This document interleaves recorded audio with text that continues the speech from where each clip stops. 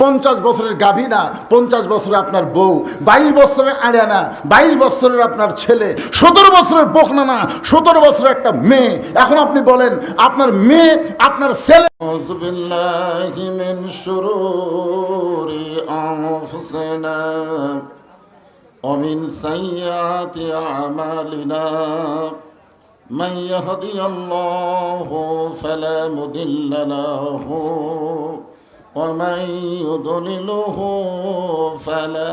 আজকের এই মাহফিলের বক্তাগণকে অন্তরের অন্তঃস্থল থেকে আমি শুভেচ্ছা জ্ঞাপন করছি। আজকের এই মাহফিলে আমার সামনে যারা বসে আছেন, যিনাদেরকে আল্লাহ দয়া করে, রহম করে, মেহেরবানি করে এই জান্নাতের বাগানে কবুল করেছেন। আমি যখন বললাম কবুল করেছেন, তখন আপনাদের কিছু বলা দরকার ছিল। আপনারা কি এরকম মনে করতেছেন যে আপনার নিজের ইচ্ছা এখানে আইছেন? আল্লাহ যদি না চাইতো এই জায়গায় আপনারা বসতে পারতেন না। আল্লাহ কোরআন ইরশাদ করেন, মা সাবাকা মিন হাসানাতিন ফামিনাল্লাহ। বান্দা বান্দির দ্বারা যখন কোনো ভালো কাজ হয়, এ কাজ বান্দা বান্দি করে না, বরং আল্লাহ করায়। আপনারা বলেন তো, এই কোরআনের মাহফিলে বসা ভালো কাজ না খারাপ কাজ? তাহলে এই ভালো কাজটা আপনারা করলেন না, আল্লাহ করাইলো। তো যে আল্লাহ দয়া করে, মেহেরবানি করে আজকের এই জান্নাতের বাগানে আপনাদেরকে কবুল করেছেন, আমি আমার অন্তরের অন্তঃস্থল থেকে আপনাদের সবাইকে শুভেচ্ছা জ্ঞাপন করছি। সম্মানিত মা বোনেরা, পর্দার অন্তরালে বসে বসে যারা আলোচনা শুনতেছেন, তাদেরকে শ্রদ্ধা জ্ঞাপন করে বহু বছর পরে আপনাদের এই ফরিদপুরের আঙ্গিনায় জিজ্ঞাসা করতেছি, আপনারা সকলে কেমন আছেন? আলহামদুলিল্লাহ রব্বিল আলামিন। যে আল্লাহ শারীরিক সুস্থতা, মানসিক প্রশান্তি দান করে আজকের এই কোরআন মাহফিল আমাদেরকে কবুল করলেন, আপনারা খুশি না বেজার? তাহলে জবান খুলে সমস্বরে সকলে বলবো, রব্বানা লাকাল হামদ হামদান কাসীরান তাইয়িবান মুবারাকান ফীহি। আমরা প্রশংসা করলাম কার? কেন করলাম? এমনি এমনি? এই যে হাফেজি মাদ্রাসার বাচ্চাদেরকে আমার খুব সন্দেহ হয়, এরা তো বেশিক্ষণ থাকবে না, কিছুক্ষণ পরেই লাফদা উঠবে। এরা বেশিক্ষণ এক জায়গায় থাকতে পারে না। কিরে বাচ্চারা, ওয়াজ শুনবা? লাফদা উঠবে না তো? যে আল্লাহ আমাদেরকে মুসলমানের ঘরে কবুল করেছেন, মুসলমানেরা কয় দল? আমার ভাই তো খুব খেপে গেছে, ঠিক কেন বলেন? আসলেই তাই। মসজিদের মধ্যে যখন আমরা যাই, আমরা কোন দলের মুসলমান দল খেয়াল করে কোনোদিন কাতার করি না, ধরে কোন ঠিক কিনা? কোনোদিন আপনারা দেখছেন যে আওয়ামী লীগ সামনে কাতার, বিএনপি দ্বিতীয় কাতার, জাতীয় পার্টি তৃতীয় কাতার, আর যুদ্ধ অপরাধী জামাত ইসলাম চতুর্থ কাতার কোনোদিন দেখছেন? বরং আমার নিজের চোখে দেখা, ডান পাশে আওয়ামী লীগ, বাম পাশে বিএনপি। আওয়ামী লীগ যদি 4 আঙ্গুল সামনে যায়, জামাত ইসলাম টান দেয় কয় লাইনও তাই, জোরে কোন কথা ঠিক কিনা? হঠাৎ যদি হুজুর না আসে, তখন বিএনপি আওয়ামী লীগ দুইজনই জামাত ইসলামকে বলে, ভাই আপনি সামনে যান, ঠিক কিনা বলেন? যে শোনেন বলতেছি, আজকে মসজিদ কার ঘর? তাহলে আল্লাহর ঘরের মধ্যে ঢোকার সঙ্গে সঙ্গে বাংলাদেশের কোনো দলীয় পরিচয় চলে না, সব মুসলমান ভাঙ্গে এক কাতার হয়, জোরে কোন ঠিক কিনা? আপনার বলেন তো, কোরআনের মাহফিল কোন দলের? তাহলে এই জায়গায় এসে এক দলীয় ওয়াজ হবে, মানুষ তো অবশ্যই গরম হবে, জোরে কোন কথা ঠিক কিনা? হ্যাঁ, আমি আপনাদের সামনে সূরা মুলকের 2টা আয়াত তেলাওয়াত করব, এবং আমার ভাইকে অনুরোধ করব, আমি যতক্ষণ ওয়াজ করব আপনি এখানে বসে থাকবেন। খালি মিডা পাড়া থাকলে হবে না, আজকেও থাকা লাগবে, জোরে কোন ঠিক কিনা? তখন ছিল হাসিনার আমল, এখন তো আর হাসিনা নাই। এখন আর হাসিনা আছে? এখন আমরা একটা সুন্দর পরিবেশ পাইছি কথা বলার, ঠিক কিনা বলেন? হ্যাঁ, সূরা মুলক, আল্লাহর কোরআনের মধ্যে 114টা সূরা আছে, জোরে বলেন কয়টা? 114টা সূরার মধ্যে একটা সূরার নাম হলো সূরা মুলক। মুলক শব্দের অর্থ হলো রাজ্য, রাজত্ব। রাজ্য এবং রাজত্বের মালিককে, আরো জোরে বলেন। শুধু রাজ্য রাজত্বের মালিক না, ক্ষমতার মালিককে। এখন যদি কেউ বলে ইউনূস সরকার ক্ষমতায় আছে, তাওহীদ না শিরক? এ জবান খুলে বলা লাগবে, তাওহীদ না শিরক? তাহলে ইউনূস ক্ষমতায় নাই, মূল ক্ষমতায় কে? আওয়ামী লীগ ক্ষমতায় ছিল, আগামীতে বিএনপি ক্ষমতায় আসবে, এইরকম কোন কথা মুসলমান বলতে পারবে না সূরা মুলকের এই আয়াত বিশ্বাস করলে। জোরে কোন কথা ঠিক কি না? আপনার কি শুধু কোরআন শুনবেন না কোরআন বিশ্বাস করবেন? সবাই পারবেন না। আল্লাহ বলেছেন জালিকাল কিতাবুল লা রাইবা ফি হুদাল লিন-নাস। হুদাল লিন-নাস কইছে, হুদাল লিল মুত্তাকিন কইছে। খুব খেয়াল করবেন, আল্লাহ এখানে হুদাল লিন-নাস না বলে মুত্তাকিন বলার কারণ হলো এই নির্ভেজাল কিতাবকে সবাই বিশ্বাস করতে পারবে না, একমাত্র মুত্তাকি যারা তারাই বিশ্বাস করবে। জোরে কোন কথা ঠিক কি না? সবাই করবে না। তো যাই হোক, সেই কোরআনের সূরা মুলকের দুটো আয়াত আপনাদের সামনে বহুদিন পরে আইছি। আমি একটু কোরআন থেকে আপনাদের ওয়াজ শোনায়া বাস্তবে আল্লাহর কোরআন কি এটা আমি আপনাকে দেখাবার চাই। কোরআন খালি শুনলে হবে না, এই কোরআনকে দেখা লাগবে। জোরে কোন কথা ঠিক কি না? আমাদের সব দেখা হলো শেষ, আগামীতে দেখবো কোরআনের বাংলাদেশ। জোরে কোন কথা ঠিক কি না? দেখা লাগবে। আপনি যেই দলই করেন, কোরআনের মাহফিলে যতক্ষণ থাকবেন ততক্ষণ কোনো দলাদলি চলবে না। আমরা এক দল, ঠিক কিনা বলেন? কয় দল? এক দল। মসজিদের মধ্যে যেমন এক দল, সব দল ভাঙ্গে এক কাতার, কোরআনের মাহফিল আমরা সব দল ভাঙ্গে এক দল হব। রাজি আছেন? আলহামদুলিল্লাহ। তাহলেই কোনো সমস্যা নাই। আহু আলা কুল্লি শাইইন কাদির। সমস্ত ক্ষমতার মালিককে। কোন সময়? জোরে কান, কোন সময়? মাশাআল্লাহ। আমি বলছি কোন সময়, আপনারা বললেন সব সময়। এরপর আল্লাহ বলতেছেন আল্লাযী খালাকাল মাউতা ওয়াল হায়াতা লিয়াবলুয়াকুম আইয়ুকুম আহসানু আমালা ওয়া হুয়াল আজিজুল গফুর। খুব খেয়াল করবেন, মৃত্যু এবং হায়াতের স্রষ্টাকে বিশ্বাস করেন? আলহামদুলিল্লাহ। আল্লাহ বলেছেন লিয়াবলুয়াকুম, তোমাদের পরীক্ষা করা হবে, আইয়ুকুম আহসানু আমালা, সুন্দর আমলের পরীক্ষা। বর্তমানে যেই পরিবেশ বাংলাদেশে চলতেছে, এই পরিবেশে মানুষ নেক আমল করতেছে কিন্তু সুন্দর আমল করতে পারতেছে না। ধরে গান কথা ঠিক কিনা? কারণ সুন্দর আমল করতে গেলে সুন্দর একটা পরিবেশ লাগবে। আজকে দেখেন এখানে আপনাদের থানাপাড়ায় মাহফিল, আমি আসার সময় দেখলাম বহু মানুষ বাইরে ঘুরতেছে। ঘোরার কারণ আমি এখানে এসে বুঝলাম এখানে বসার জায়গা নেই। আজকে এত মানুষের ঢল আমি বাইরে দেখলাম, এই মানুষগুলো যদি আসে দাঁড়ানোরও জায়গা থাকবে না। এমন একটা ছোট্ট পরিসরে আপনারা আজকের মাহফিল করছেন। তো যাই হোক আলহামদুলিল্লাহ। যারা বসে আছেন, যারা দাঁড়িয়ে আছেন, সকলে একটু মনোযোগ দিয়ে কথাগুলো শুনবেন। আল্লাহ পরীক্ষা করবেন কি আমল? নেক আমল না, আহসানু আমালা, সুন্দর আমল। নেক আমল আর সুন্দর আমলের মধ্যে তফাৎ আছে। বাপ নামাজ পড়ে, বেটা নামাজ পড়ে না, বাপের নেক আমল। স্বামী নামাজ পড়ে, বউ নামাজ পড়ে না, স্বামীর নেক আমল। ছেলে নামাজ পড়ে, বাবা নামাজ পড়ে না, ছেলের নেক আমল। কিন্তু নেক আমলের কথা আল্লাহ বলে নাই, সুন্দর আমলের কথা বলেছে। জোরে কোন কথা ঠিক কিনা? সুন্দর আমল মানে কি? নেতাও নামাজ পড়বে, চামচাও নামাজ পড়বে, ঠিক কিনা বলেন? হ্যাঁ, এটা হলো সুন্দর আমল। সবাই মিলে নামাজ পড়া লাগবে জামাতের সাথে। জোরে কোন কার সাথে? এই সুন্দর আমলের পরীক্ষা করবেন আল্লাহ। এখন আপনাদেরকে বোঝানোর জন্য বলতেছি, সুন্দর আমল যদি করতে চাই সুন্দর একটা পরিবেশের দরকার আছে না নাই? সুন্দর একটা পরিবেশ যদি তৈরি করতে চাই সুন্দর একটা সমাজের দরকার আছে না নাই? সুন্দর একটা সমাজ যদি তৈরি করতে চাই তাহলে সুন্দর একটা রাষ্ট্রের দরকার আছে না নাই? সুন্দর একটা রাষ্ট্র যদি গঠন করতে চাই শহীদ জিয়ার মতন প্রেসিডেন্টের দরকার আছে না নাই? দরকার আছে না নাই? যিনি নিরপেক্ষকে ভাঙ্গে দিয়ে বিসমিল্লাহ বলে সংবিধান শুরু করেছে। দরকার কথা ঠিক কিনা? ইসলামকে মূল্যবোধ হিসাবে ঘোষণা করেছে।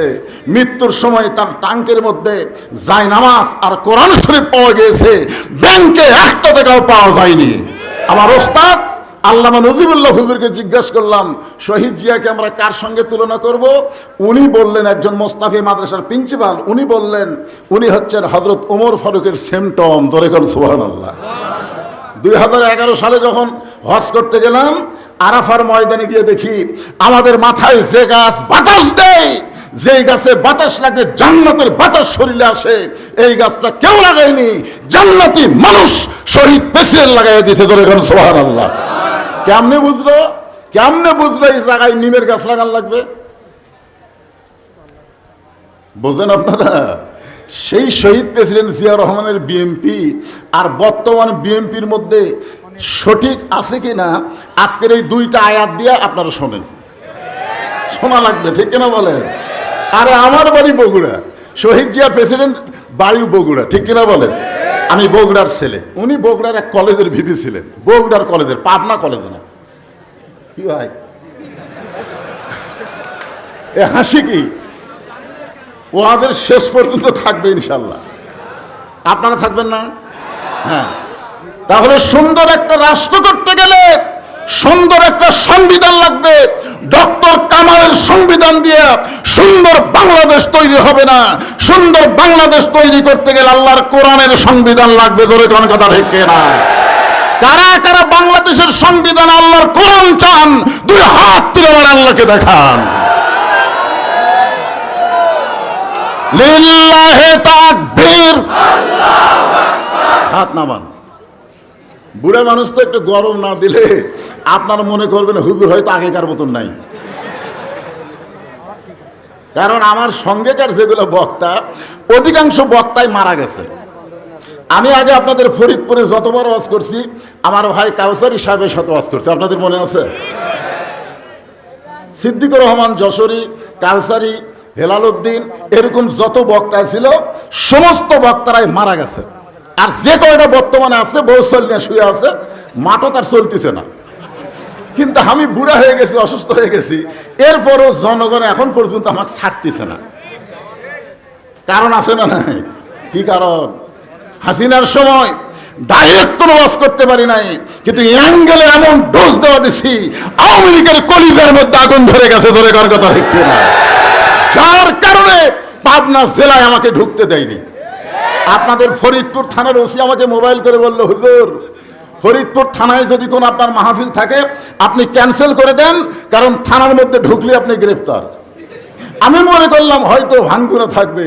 ভাঙ্গুরার ওসি একই কথা, ওই চাটমোহরের ওসিও তাই, ওই আটঘরের ওসিও তাই, ওই সুজানগরের ওসিও তাই, আমিনপুরের ওসিও তাই, পাবনা সদরের ওসিও তাই, ওই ঈশ্বরদীর ওসিও তাই বলল, সমস্ত থানার ওসি বলল ঢুকলে আপনি গ্রেপ্তার। আমি বললাম আমার কি জন্য গ্রেপ্তার? বলে এমন কথা আপনি বলেন হাসতে হাসতে কলজার মধ্যে ঢুকে যায়। এই জন্যে আপনার ওয়াজ আর চলবে না। আমি মনে করেছিলাম হাসিনা 41 সাল পর্যন্ত যদি থাকে ভাই, তাহলে পাবনা থামার ঢোকার আর চান্স নাই। কিন্তু দেখলাম 24 সালেই আল্লাহ আউট করে দিছে। ও হাসিনা তুমি কোথায়? আজকে বংশীদ আবার পাবনায় ঢুকেছে। জোরে করে কথা হইতো, কোথায় তুমি? দুইজন হাত ধরে টানে আর তিনজন ঠেলা দিয়ে টেদর তুলে দেয়। ওবায়দুল কাদের কাউয়া উঠাই বলে খেলা হবে। আজকের খেলা হবে আল্লাহর কোরআন দিয়া। ধরে কোন ঠিক? আলহামদুলিল্লাহ। এখন আপনারা বলেন, যেই কোরআনকে সংবিধান হিসাবে আপনারা দেখতে চান, সেই কোরআনটা আসলে কেমন? কেমন? কি ভালো? খালি মুখটা ভালো করলে বললে হবে না তো। আজকে প্রাইমারিতে সরকার বেতন দেয়, ইয়তিমখানা কোরআনের মাদ্রাসাত 1 টাকাও সরকার দেয় না। ধরে কোন কথা ঠিক কিনা? খালি মুখে ভালো বললে হবে না, বাস্তবে আল্লাহর কোরআন কত ভালো এটা আজকে ফরিদপুরের লোকজনকে দেখা লাগবে। ধরে কোন ঠিক কিনা? হ্যাঁ, খালার বাড়িতে রাখালি করতেন, ছাগল ঠিক মতো চড়াবার পারতেন না। খালা চুল ধরে বলতো, ওমর কয়টা ছাগল নিয়ে গেলে কয়টা ফেরত আনলে?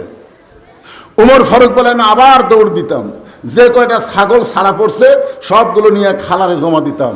খালা আমার কান ধরে বলতো, ওমর আজকে যেই ভুল করেছো আগামীকাল যদি একই ভুল করো তোমার রাখালির চাকরি আমি ক্যান্সেল করে দিব। আমি খালার পা ধরে বলতাম, খালা আমার রাখালের চাকরি ক্যান্সেল করে দিলে আমি থাকবো কোথায়, খাবো কি? আজকে সেই উমরকে আল্লাহ অর্ধ পৃথিবীর খলিফা বানাইছে। এটা উমরের যোগ্যতাই নয়, এটা কেবলমাত্র আল্লাহর কোরআনের ওসিলায়। জোরে কোন কথা ঠিক কিনা? একটা রাখালকে আল্লাহ যদি কোরআনের কারণে অর্ধ পৃথিবীর খলিফা বানায় দেয়, আপনারা বলেন তো সেই কোরআনের ক্ষমতা আছে না নাই? আজকে আপনাদের গ্রামে যদি 10টা কোরআনের হাফেজ থাকে, 4 সালে কোনো গল্প হয় না। যদি গ্রামে একটা এসপি থাকে, একটা ব্যারিস্টার থাকে, একটা ইঞ্জিনিয়ার থাকে, একটা ডাক্তার থাকে, তাহলে সবাই গল্প করে আমার গ্রামে ইঞ্জিনিয়ার, ব্যারিস্টার, ডাক্তার, এরকম ওসি সাহেব, এসপি সাহেব আছে। তোমার গ্রামে যে 4টা হাফেজ আছে, একবারও কয় না। অথচ রাসূল বলেছেন, খায়রুকুম মান তাআল্লামাল কোরআনা ওয়া আল্লামাহ। ওই ব্যক্তির চাইতে উত্তম কোনো ব্যক্তি নাই, সম্মানী কোনো ব্যক্তি নাই যে আল্লাহর কোরআন শিখেছে এবং অপরকে কোরআনের শিক্ষা দেয়। ঠিক কিনা বলেন? একই ছেলের মাস্টার যদি 3টা হয়, ইংরাজির মাস্টারকে মাস গেলে 2000 টাকা বেতন দেয়, অঙ্কের মাস্টারকে মাস গেলে 1500 টাকা বেতন দেয়। ওই ছেলেকে মসজিদের ইমাম 3 মাস হলে কোরআন পড়ায়, এখনো পর্যন্ত বেতন নেই। একই ছেলের মাস্টার কয়টা? কথা কন না কেন, কয়টা? তো 2টার বেতন মাস গেলে দেওয়া, একটার খবর নেই। তার মানে ছেলে যখন বলতেছে, বাবা আমি এখন নিজে নিজেই কোরআন পড়বার পারি, তখন বাপ বলতেছে, আমার হুজুরের কথা মনেই নাই রে। 3 মাস পরে এসে হুজুরকে সালাম দেবে, বলে, হুজুর আপনি অনেক কষ্ট করে আমার ছেলেকে কোরআন শরীফ পড়াইছেন, কিন্তু আমি শুনেছি আল্লাহর কোরআন শিক্ষা দিয়ে হাদিয়া লওয়া জায়েজ নাই। দেখছেন কি শুনছে? আপনারা বলেন তো, আর এই শোনাটা হুজুর বেঁচা থাকা না মরে যাওয়া? ইংরেজি মাস্টারের সময় কোনো ফতুয়া নাই, অঙ্কের মাস্টারের সময় ফতুয়া নাই, ফতুয়া মারতেছে হুজুরের উপরে। ধরে কারণ কার উপরে? কি জন্যে? কারণ বাংলাদেশে কোরআনের ওয়াজ হয়, কোরআনের তেলাওয়াত হয়, কোরআনের হাফেজ হয়, কিন্তু কোরআনের সমাজ কায়েম হয় না। ধরে কারণ কথা ঠিক কিনা? আল্লাহর কোরআন যখন আমাদের বাংলাদেশে চালু হবে, তখন আপনারা দেখতে পারবেন এই কোরআনটা আসলে কি। আমি আপনাদের একটু দেখানোর জন্য নিয়ে যাচ্ছি হযরত ওমর ফারুকের কাছে।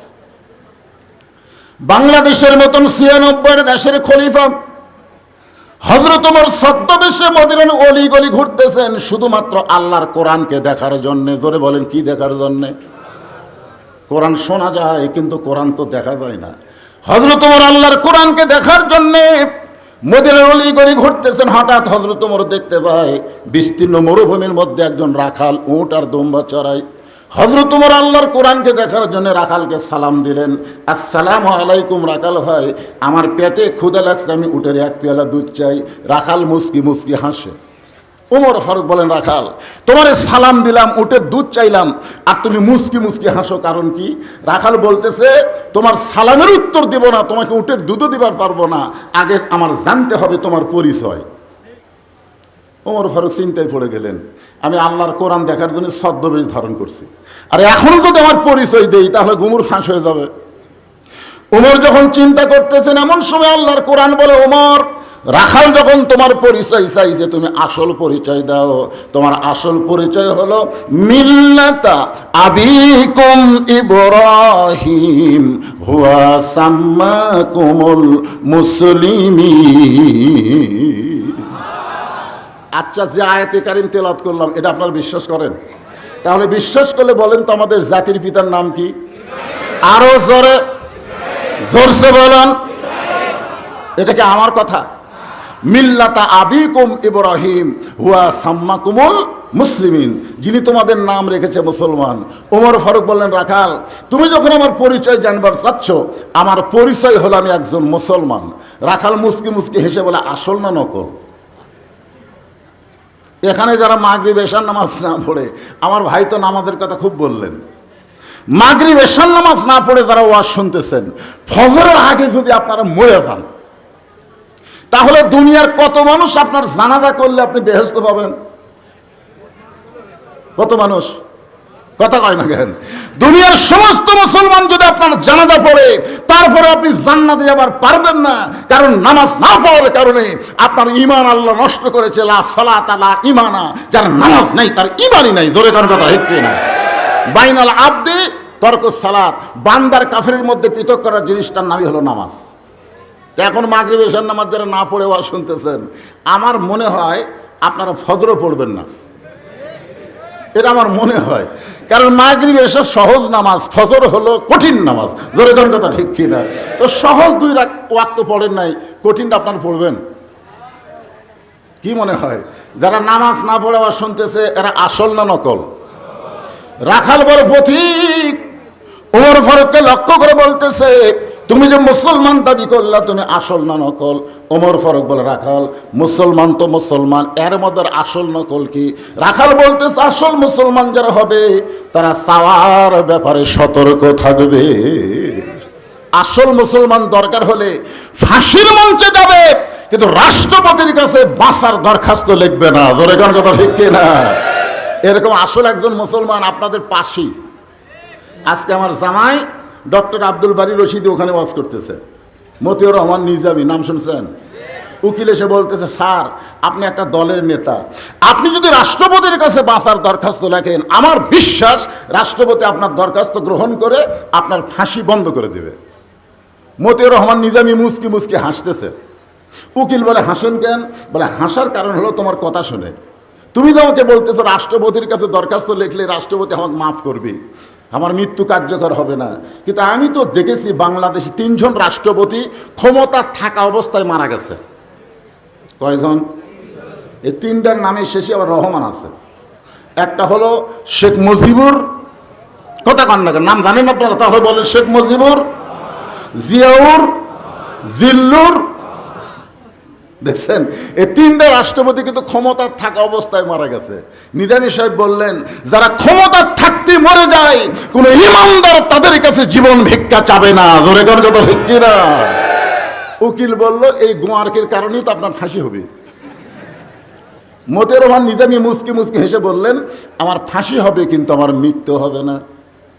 উকিল বলে, স্যার আপনার ফাঁসি হবে কিন্তু মৃত্যু হবে না, কারণ কি?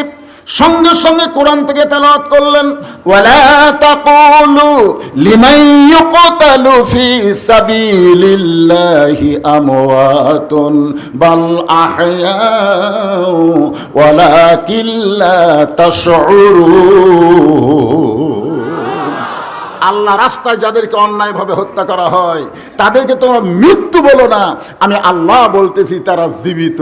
বিএনপির মধ্যেও একজন নেতা বর্তমান জীবিত অবস্থা আছে, তাকে মৃত্যু বলা যাবে না, সালাউদ্দিন কাদের চৌধুরী। জোরে কোন কথা ঠিক কথা বলেন? একটু মনোযোগ দিয়ে শোনেন। রাখাল বলে, পথিক আসল মুসলমান যদি হইতা তাহলে চাওয়ার ব্যাপারে তুমি সতর্ক থাকতে। তুমি দুধ চাইছো কার কাছে? সঙ্গে সঙ্গে আমার হুচ্চুম করছে, বলতেছে, ভাইরে আসলেই তো তাই, চাওয়ার ব্যাপারে আমি ভুল করছি। রাখাল বলতেছে, ভুলটা যদি স্বীকার করো তাহলে তওবা করো। আমরা 4 ভাই, আমার 2 ভাই 2 কলেজে পড়বে স্যার, এরা বিএনপি করে। আর আমার বড় ভাই ওই আবার আওয়ামী লীগ, প্রাইমারি হেডমাস্টার। যেদিন হাসিনা চলে গেল বুঝলেন, সেই দিন আমার ভাই দেখি আমার মাদ্রাসার মসজিদের মধ্যে ঢুকছে। আমার আবার সিসি ক্যামেরা আওতাভুক্ত, তো কে কি করতেছে সব আবার দেখা যায়। আমি চিন্তা করলাম, আমার ভাই আজকে মসজিদের মধ্যে ঢুকলো কেন? আস্তে করে আমি বের হয়ে ভাইকে সালাম দিয়ে বললাম, ভাই খবর কি? আমার ভাই বলতেছে, তওবা করবো। কেন তওবা করবো? যেই দেশের মেম্বার থেকে এমপি মন্ত্রী পর্যন্ত দলের পোলা যায়, এই দল আর কর্ম নয়, আমি তওবা করবার চাই। তার মানে সে আওয়ামী লীগ করে ভুল বুঝিছে, এখন ভালো হবার চাই। সুযোগ আছে না নাই? ওমর ফারুক বলতেছে, রাখাল আসলেই চাওয়ার ব্যাপার আমার ভুল হয়ে গেছে। রাখাল বলতেছে, ভুলটা যখন স্বীকার করছো তাহলে তওবা করো। তওবা শব্দের অর্থ কি? ফিরে আসা। ধরে কোন কি আসে? ফিরে আসা। ওমর ফারুক বললেন, রাখাল তাহলে তওবা পড়ি। রাখাল বলে, তুমি মূর্খ মানুষ, তুমি তওবা কেমনে পড়বা? ওমর ফারুক বলে, রাখাল আমার মধ্যে মূর্খামির কি দেখলা? রাখাল বলে, চাওয়ার ব্যাপারে যে বেটা সতর্ক হয় না সে দুনিয়ার সবচাইতে বড় মূর্খ। আপনাদের পাবনাতে একদল আছে, আমার দয়াল বাবার দরবারেতে কেউ ফিরে না খালি হাতে। যখন আসে না এ কথা কেন? এ ভাই আবার এক ঘুতে মারেন কেন? এক ঘুতে এরকম একটা দল আছে রে নাই? আপনারা বলেন তো, দয়াল বাবার দরবারতে কেউ ফিরে না খালি হাতে, এটা তাওহীদ না শিরক? জোরে বলেন। আমার ভাই যে একটা কথা বললেন, এই যে পীর ধরা, পীর ধরা, কি পীর ধরা না আল্লাহ ধরা? কার মাধ্যমে? নবীর মাধ্যমে। ধরে বলেন কার মাধ্যমে? নবীর মাধ্যমে আল্লাহ ধরা লাগবে। কারণ আল্লাহ ধরার রাস্তা আমরা জানতাম না, নবী আমাদের দেখায় দিয়েছেন। এই জন্য বলবো আতিউল্লাহ ওয়া আতিউর রাসূল, আল্লাহর আনুগত্য করো, নবীর তরিকা মোতাবেক চলো। তরিকা চারটা না, তরিকা হলো একটা। জোরে বলেন কয়টা? অনেকে বলে কাদরিয়া, চিশতিয়া, নকশবন্দিয়া, মুজাদ্দিদিয়া, চার তরিকা, চারটা রাস্তা ইসলামে নাই। ইসলামের রাস্তা হলো একটা। জোরে বলেন কয়টা? তরিকার নাম হলো মুহাম্মাদুর রাসূলুল্লাহ। ওমর ফারুক বলে, রাখাল ভাই, চাওয়ার ব্যাপারে আমি ভুল করছি, আমি মূর্খ মানুষ, তাহলে তুমি আমাকে তওবা পড়াও। এবার রাখাল হযরত ওমরকে তওবা পড়াচ্ছেন। যারা মাগরিব এশার নামাজ না পড়ে ওয়াজ শুনতেছেন, ফজর পর্যন্ত বাঁচার গ্যারান্টি নাই। আমরা সকলে মিলে তওবা করবার চাই। আপত্তি আছে ভাই? তাহলে জবান করে সকলে পড়েন, আস্তাগফিরুল্লাহ রব্বি মিন কুল্লি জামবিন ওয়া তুবু ইলাইহি। ওমর ফারুক তওবা করার পরে বলতেছে, রাখাল ভাই, আল্লাহর হস্তে উটের এক পেয়ালা দুধ দাও। কার হস্তে? রাখাল মুস্কি মুস্কি হাসে। ওমর ফারুক বলে, রাখাল আবার হাসো কেন? বলে, হাসার কারণ হলো তওবা করার পরে তুমি আবার মুনাফিকি করলে। যেই বলছে মুনাফিক, ওমর ফারুকের চেহারা রক্তের মতো লাল হয়ে গেছে। আপনারা বলেন তো, মুনাফিক আর কাফের এই দুইটার মধ্যে বেশি খারাপ কোনটা? কি হয় বুঝলেন? মুনাফিক থাকবে জাহান্নামের নিচে, আর কাফের থাকবে জাহান্নামের উপরে। কাফেরা যে পেশাব পায়খানা করবে, নিচে মুনাফিকেরা সেই পেশাব পায়খানা খাবে। সাহাবীরা বললেন, হুজুর, এ বদমাইশ মুনাফিক কোন দল থেকে বের হবে? আল্লাহ রাসূল বললেন, ইহুদের মধ্যে মুনাফিক নাই, খ্রিস্টানের মধ্যে মুনাফিক নাই, কাফেরের মধ্যে মুনাফিক নাই। মুনাফিকের আবাদ হবে মুসলমানের ভিতরে। মুনাফিকের আবাদ কোন জায়গা হবে? ওমর ফারুক বললেন, রাখাল আমার মধ্যে মুনাফিকের কে দেখলে? সঙ্গে সঙ্গে রাখাল বললেন, লিমা তাকুলু মা লা তাফআলু। দেখছেন, কোরআনের কথা বলবেন, কোরআনের কথা বলে চিল্লাচিল্লি করবেন, কিন্তু সেই কোরআন অনুযায়ী আপনি চলবেন না। এ হলো এক নম্বর মুনাফিক। জোরে কোন কথা ঠিক কিনা কথা বলেন? এক ছাত্র শেখায়, হুজুর, বহু দূর গেলে ব্রিজ পাওয়া যায়, আর সোজাসুজি গেলে আমার বাড়ি খুব কাছে, এমন একটা দোয়া দেন তো, ব্রিজ ছাড়া নদী পার হওয়া যায়। তো ওস্তাদ বলতেছে, বিসমিল্লাহ করে চোখ বন্ধ করবি আর পানির মধ্যে পা দিবি। ওস্তাদের কথা বিশ্বাস করে ছাত্র সেদিন থেকে বিসমিল্লাহ করে নদীর কিনারে গিয়ে বলে চোখ বন্ধ করে পা দেয়, পানি শক্ত হয়ে যায়, তুই ওই পরে সরে যায়। এভাবে 2 বছর যাওয়া আসা করছে। তো মা বলতেছে, যেই হুজুর এত আল্লাহর ওলি, তার দোয়াতে তুই নৌকা ছাড়া, ব্রিজ ছাড়া নদী পার হোস, ওই হুজুরকে একদিন দাওয়াত দিত। তো ছেলে এসে হুজুরকে বলতেছে, হুজুর আমার বাড়িতে আপনার দাওয়াত। তো হুজুর তো দাওয়াত পেয়ে খুব খুশি, চ যাই। এখন ব্রিজ বাদে নদীর দিকে ছাত্র যায়, ওস্তাদকে কেড়ে পাগলা, ওদিকে নৌকাও নাই, ব্রিজও নাই, ওদিকে কেন যাস? কই এই দিক দিয়ে আমি যাই। ওস্তাদ কই পাগল নাকি, নদীর মধ্যে তুই কেমনে যাস? আপনার দোয়াতেই যাচ্ছি হুজুর। নদীর কাছে গিয়ে চোখ বন্ধ করে বিসমিল্লাহ কইছে, ওই পারে গেছে, যেমন হুজুর আসেন, বিসমিল্লাহ করে চোখ বন্ধ করলে তো পানি শক্ত হবে। ও হুজুর বিসমিল্লাহ করে চোখ বন্ধ করে যে পাও দেয়, খপক ডুব খায়।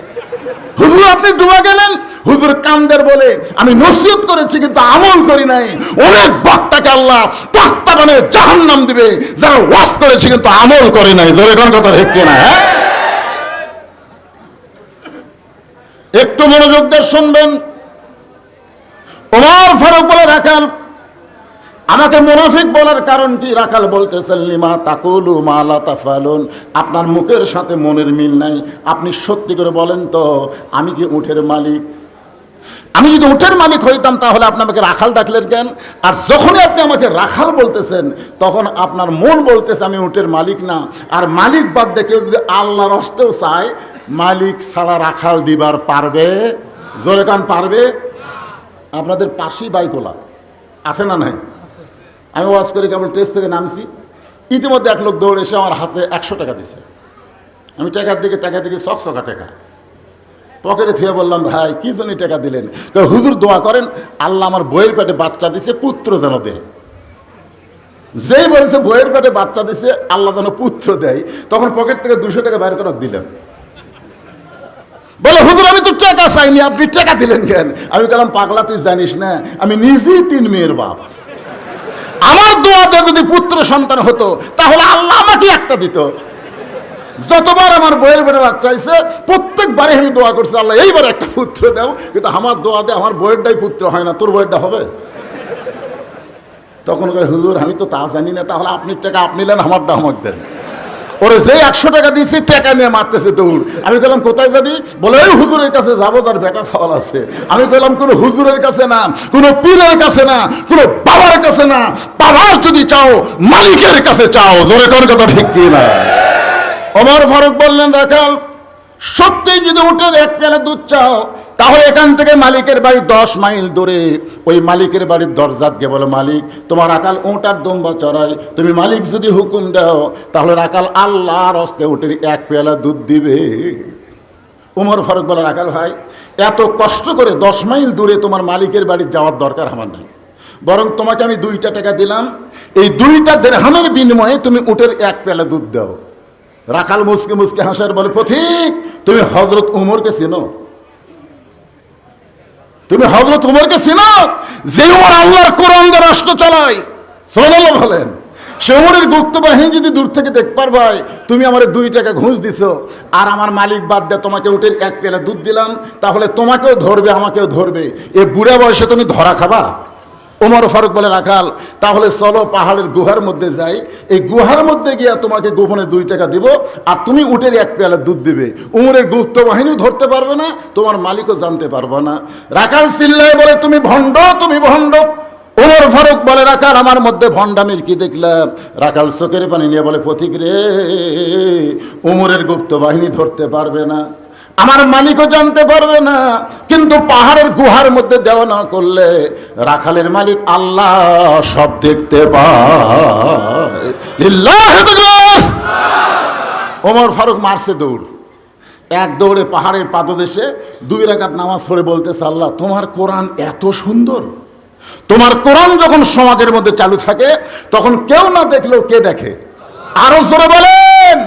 আমাদের বাংলাদেশে কেউ না দেখলেও আল্লাহ দেখে, এই বিশ্বাস যদি কলিজার মধ্যে থাকতো বাংলার কোনো মুসলমান কোনো অপকর্ম করতে পারতো না। জোরে কার কথা ঠিক কি না?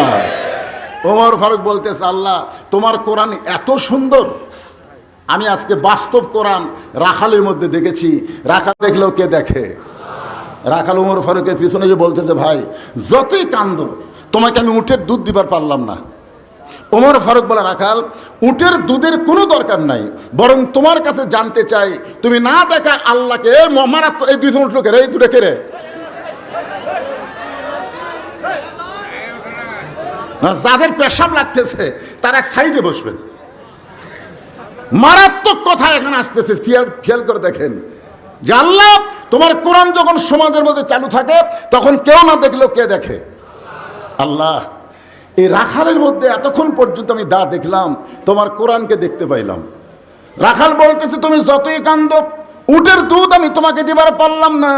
ওমর ফারুক বলে রাখাল ভাই উটের দুধের কোনো দরকার আমার নাই, আমি শুধু তোমার কাছে জানতে চাই তুমি না দেখা আল্লাহকে কলিজার মধ্যে জায়গা দিয়ে আল্লাহর কোরআন অনুযায়ী চলতেছ, এর বিনিময়ে তোমার চাহিদা কি? 50 বছর কোরআনের হক তাফসির করে অন্যায়ভাবে 13 বছর জেলখানায় বন্দি করে জেলখানা থেকে হাসপাতালে নিয়ে গিয়ে হত্যা করা, আপনার বলেন তো আল্লামা সাইদি হুজুরের চাহিদা কি? কথা কয় না। জান্নাত। সবসময় আমি তার সঙ্গে বহু মাহফিল করছি। আপনাকে পাবনা দারুল আমান ট্রাস্টে 2009 সালে ওয়াজ করার পর কিন্তু আমার ওয়াজ পাবনা বন্ধ হয়ে গেল। উনি সবসময় আল্লাহর কাছে বলতো আল্লাহ আমাকে তুমি শাহাদতের মৃত্যু দিও। ধরে কোন কথা ঠিক কিনা বলতো না? মনে শোনেননি তো? জেলখানার মধ্যে মারা গেলে তো শহীদ হবার পারবে না, এই জন্য আল্লাহর ইশারায় হাসিনার মাধ্যমে আল্লাহ জেলখানা থেকে বের করে হাসপাতালে নিয়ে গিয়ে তাকে হত্যা করা হয়েছে। ধরে কোন কথা ঠিক কিনা? তার চাহিদা ছিল সাধারণ মৃত্যু আমি চাই না, আমি শাহাদতের কামনা করতেছি। সুবহানাল্লাহ বলেন। আহা, একটা চাহিদা আছে না নাই? ওমর ফারুক বললেন রাখাল তুমি না দেখা আল্লাহকে কলিজার মধ্যে জায়গা দিয়ে আল্লাহর কোরআন অনুযায়ী চলতেছো, তোমার চাহিদা কি? দুনিয়াতে তোমার কোনো ভালো চাকরি নাই, ভালো কোনো বাড়ি নাই, ভালো কোনো খাওয়া দাওয়া নাই, এরপরেও তুমি আল্লাহর কোরআন অনুযায়ী চলতেছো, এর বিনিময়ে তোমার চাহিদা কি? রাখাল ছোট বাচ্চার মতন কান্দে। ওমর ফারুক বলে, রাখাল তোমার কি চাহিদা নাই? রাখাল বলতেছে, আমার চাহিদা হলো রব্বানা, সকলে পড়েন, রব্বানা আতিনা ফিদ দুনিয়া হাসানাতাও ওয়া ফিল আখিরাতি হাসানা ওয়া কিনা আযাবান্নার। ওমর ফারুক বললেন, রাখাল আমি তোমার চাহিদার কথা শুনতে চাইলাম, আর তুমি কোরআনের আয়াত তেলাওয়াত করলে। রাখাল বললে, তুমি আসলেই মূর্খ। এই আয়াত দিয়ে আমি দুটা চাহিদার কথা বলেছি, খুব খেয়াল করবেন। একটা চাহিদা হলো আতিনা ফিদ দুনিয়া হাসানা, আর একটা চাহিদা হলো অফিল আখিরাতে হাসানা। রাখালের দুনিয়ার চাহিদা হলো মহামানব হযরত উমরকে এক নজর দেখতে চাই। রাখালের দুনিয়ার চাহিদা কি? মহামানব হযরত উমরকে এক নজর দেখতে চাই। কারণ উমর যদি আল্লাহর কোরআন না চালাতো, তাহলে আমার মতন রাখাল না দেখা আল্লাহকে কলিজার মধ্যে জায়গা দেবার পারতাম না। সে হযরত উমরকে যদি একটা নজর দেখতে পাইতাম, তাহলে দুনিয়ার চাহিদা আল্লাহ আমার পুরা করতো। আমি রাখালের 2 নম্বর চাহিদা হলো, আমি রাখাল যখন মরে যাব, আল্লাহ অধম রাখালকে যেন জান্নাত দেয়। তাহলে চাহিদা কয়টা? 1 নম্বর চাহিদা কি? হযরত উমর দেখা দিয়ে আমি, আপনারা কি বুঝতেছেন? বর্তমানে তার উমর দেখা যাবে না। উমরের মতন ন্যায়পরায়ণ নেতাকে বাংলার জমিনে আমরা দেখতে চাই। জোরে কোন কথা বলেন না কে? কাউয়া কাদেরের মতন নেতা দেখবেন? খুব খেয়াল করবেন। আমরা দেখেছিলাম শহীদ জিয়াকে। আগামীতে এইরকম ভালো নেতা দেখার দরকার আছে না নাই? জোরে কোন আছেন? কথা বলেন। রাখাল বলতেছে, আমার 1 নম্বর চাহিদা হলো হযরত উমরকে এক নজর দেখতে চাই। আমার 2 নম্বর চাহিদা হলো, আমি মরার পরে আল্লাহ অধম রাখালকে যেন জান্নাত দেয়। সঙ্গে সঙ্গে উমর ফারুক দৌড়ে গিয়ে রাখালের হাতটা এরকম খপ করে ধরছে, আমার দিকে তাকায় দেখেন, ধরে 3 বার চুমা খাচ্ছে। রাখাল বলে, পাগল নাকি, আমার ঘামা হাতে চুমা খেলা? উমর ফারুক বলে, রাখাল ভাই, তোমার 2 নম্বর চাহিদা আল্লাহ পুরা করছে, মরার সঙ্গে সঙ্গেই আল্লাহ তোমাকে জান্নাত দিয়ে দিবে। আপনারা সুবহানাল্লাহ বলেন, কিন্তু রাখাল সুবহানাল্লাহ কয় না। উমর ফারুক বলে, রাখাল মরার সঙ্গে সঙ্গে আল্লাহ তোমাকে জান্নাত দেবে। রাখাল সুবহানাল্লাহ কয় না। কেন রাখাল? আমি তোকে বলতেছি মরার সাথে সাথে আল্লাহ তোকে জান্নাত দেবে। রাখাল সুবহানাল্লাহ কয় না। উমর ফারুক আল্লাহর কোরআন তেলাওয়াত করলেন। আল্লাহর কোরআন তেলাওয়াত করে বলতেছেন, ইন্নাল্লাযীনা ক্বালু রাব্বুনাল্লাহু সুম্মা ইসতাকামু তাতানাজ্জালু আলাইহিমুল মালায়েকা আল্লা তাখাফু ওয়া লা তাহজানু ওয়া আবশিরু বিল জান্নাহ। এরপরও রাখাল সুবহানাল্লাহ কয় না। ওমর ফারুক বলে, কেরে রাখাল, এই মরার সঙ্গে সঙ্গে আল্লাহ তোরে জান্নাত দেবে, কোরআন শরীফ তেলাওয়াত করে কইলাম, এরপরে তো সুবহানাল্লাহ কইছ না কেন? রাখাল বলে, পথিক, মরার পর আল্লাহ জান্নাত দিবে, এই বাকি কথা ভালোই বলতেছো, কিন্তু হযরত উমরকে এক নজর দেখা যাবে, এই কথা বলতে তোমার কোন জায়গায় বাজে? আপনার বলেন তো, বাকি ওয়াজ করা সহজ না কঠিন? আমি যদি বলি টাকা দিল 10, ভেস্ত ফসা ফস, টাকা দিল 20, আল্লাহ ভেস্ত দিয়ে দিস, আপনার বলেন তো এইগুলা কি নগদ না বাকি? সারা জীবন ঘুষ খাচ্ছে, ওই ঘুষেরও 10,000 টাকা দিচ্ছে, বক্তা না বুঝে লিল্লাহে তাকবীর দিয়া ওর 14 গোষ্ঠী জান্নাতে পাঠাচ্ছে। আর একটা অটো ভ্যান চালক সারাদিন ভ্যান চালাইছে, রক্ত পানি করে ভ্যান চালায় 20 টাকা দিছে, ওর দিকে বক্তার খেয়ালই নাই। আপনি জানেন কার টাকায় জান্নাত পাবে? আপনি জানেন কি? আয় আয়, মরে গেলে জান্নাত, এ কথা সবাই বলতে পারে। রাখাল বলে, পথিক, আমি মরে গেলে আল্লাহ জান্নাত দিবে, এই বাকি কথা আমি শুনে সুবহানাল্লাহ কব না। আমি হযরত ওমরকে এক নজর দেখব, এই নগদ কথা বলতে তোমার কোন জায়গাত বাজে? ওমর ফারুক চমকে উঠছে। চমকে ওঠার কারণ হলো, আমি যে ওমর। এই মনোযোগ দিয়ে শোনেন। ওমর ফারুক চিন্তা করে, আমি যে ওমর, এই কথা রাখালকে কেমনে বলবো? যে রাখাল আমাকে তওবা পড়াছে, জোরে কোন কি পড়াছে? যে রাখাল আমাকে মুনাফিক কইছে, যে রাখাল আমাকে ভণ্ড কইছে, এখন যদি বলি আমি ওমর, বলাও সারা, রাখাল হাত ফেল করে মরাও সারা। ধরে কোন কথা ঠিক কিনা? যদি উমর বলে, ভাই শোন, তুই যে উমরকে দেখ পারছিস, আমি রে, এই কথা শোনার পর রাখাল কি জন্যে? কারণ তওবা পড়াছে, ধরে কারণ কি পড়াছে? মুনাফিক কইছে, ভণ্ড কইছে। ওমর ফারুক চিন্তায় পড়ে গেলেন, এখন কি করি? এমন সময় আল্লাহর কোরআন সব সমস্যার সমাধান। বিশ্বাস হচ্ছে না তো? সব সমস্যার সমাধান আল কোরআনের আলো। সব জায়গায় করবেন, ঘরটার বাদ দেন তো, সব জায়গায় আল কোরআনের আলো। কোরআন হাদিস যেখানে, দুনিয়ার মুসলমান লিল্লাহে তাকবীর। রাত 11:15 বাজতেছে, আর আপনাদের চেহারা দেখে মনে হচ্ছে কেবল রাত 10টা বাজতেছে। আল্লাহর কোরআনের পাওয়ার আছে না নাই? জোরে করে আছে না নাই? ওমর ফারুক চিন্তায় পড়ে গেলেন, এখন কি করব? এমন সময় আল্লাহর কোরআন বলতেছেন, উদউ ইলা সাবিলি রাব্বিকা বিল হিকমাহ। ওমর, ডাইরেক্ট বলিস না তুই, ওমর এটা ডাইরেক্ট বলিস না। বর্তমান যে পরিবেশ চলতেছে, এই পরিবেশে ডাইরেক্ট বললে বিএনপি ভাই, জাতীয় পার্টি ভাই, অন্য ভাইরা বেজার হবে। এই জন্য আল্লাহ কোরআন বলেছে ডাইরেক্ট বলিস না রে পাগলারা, ডাইরেক্ট বলিস কেন?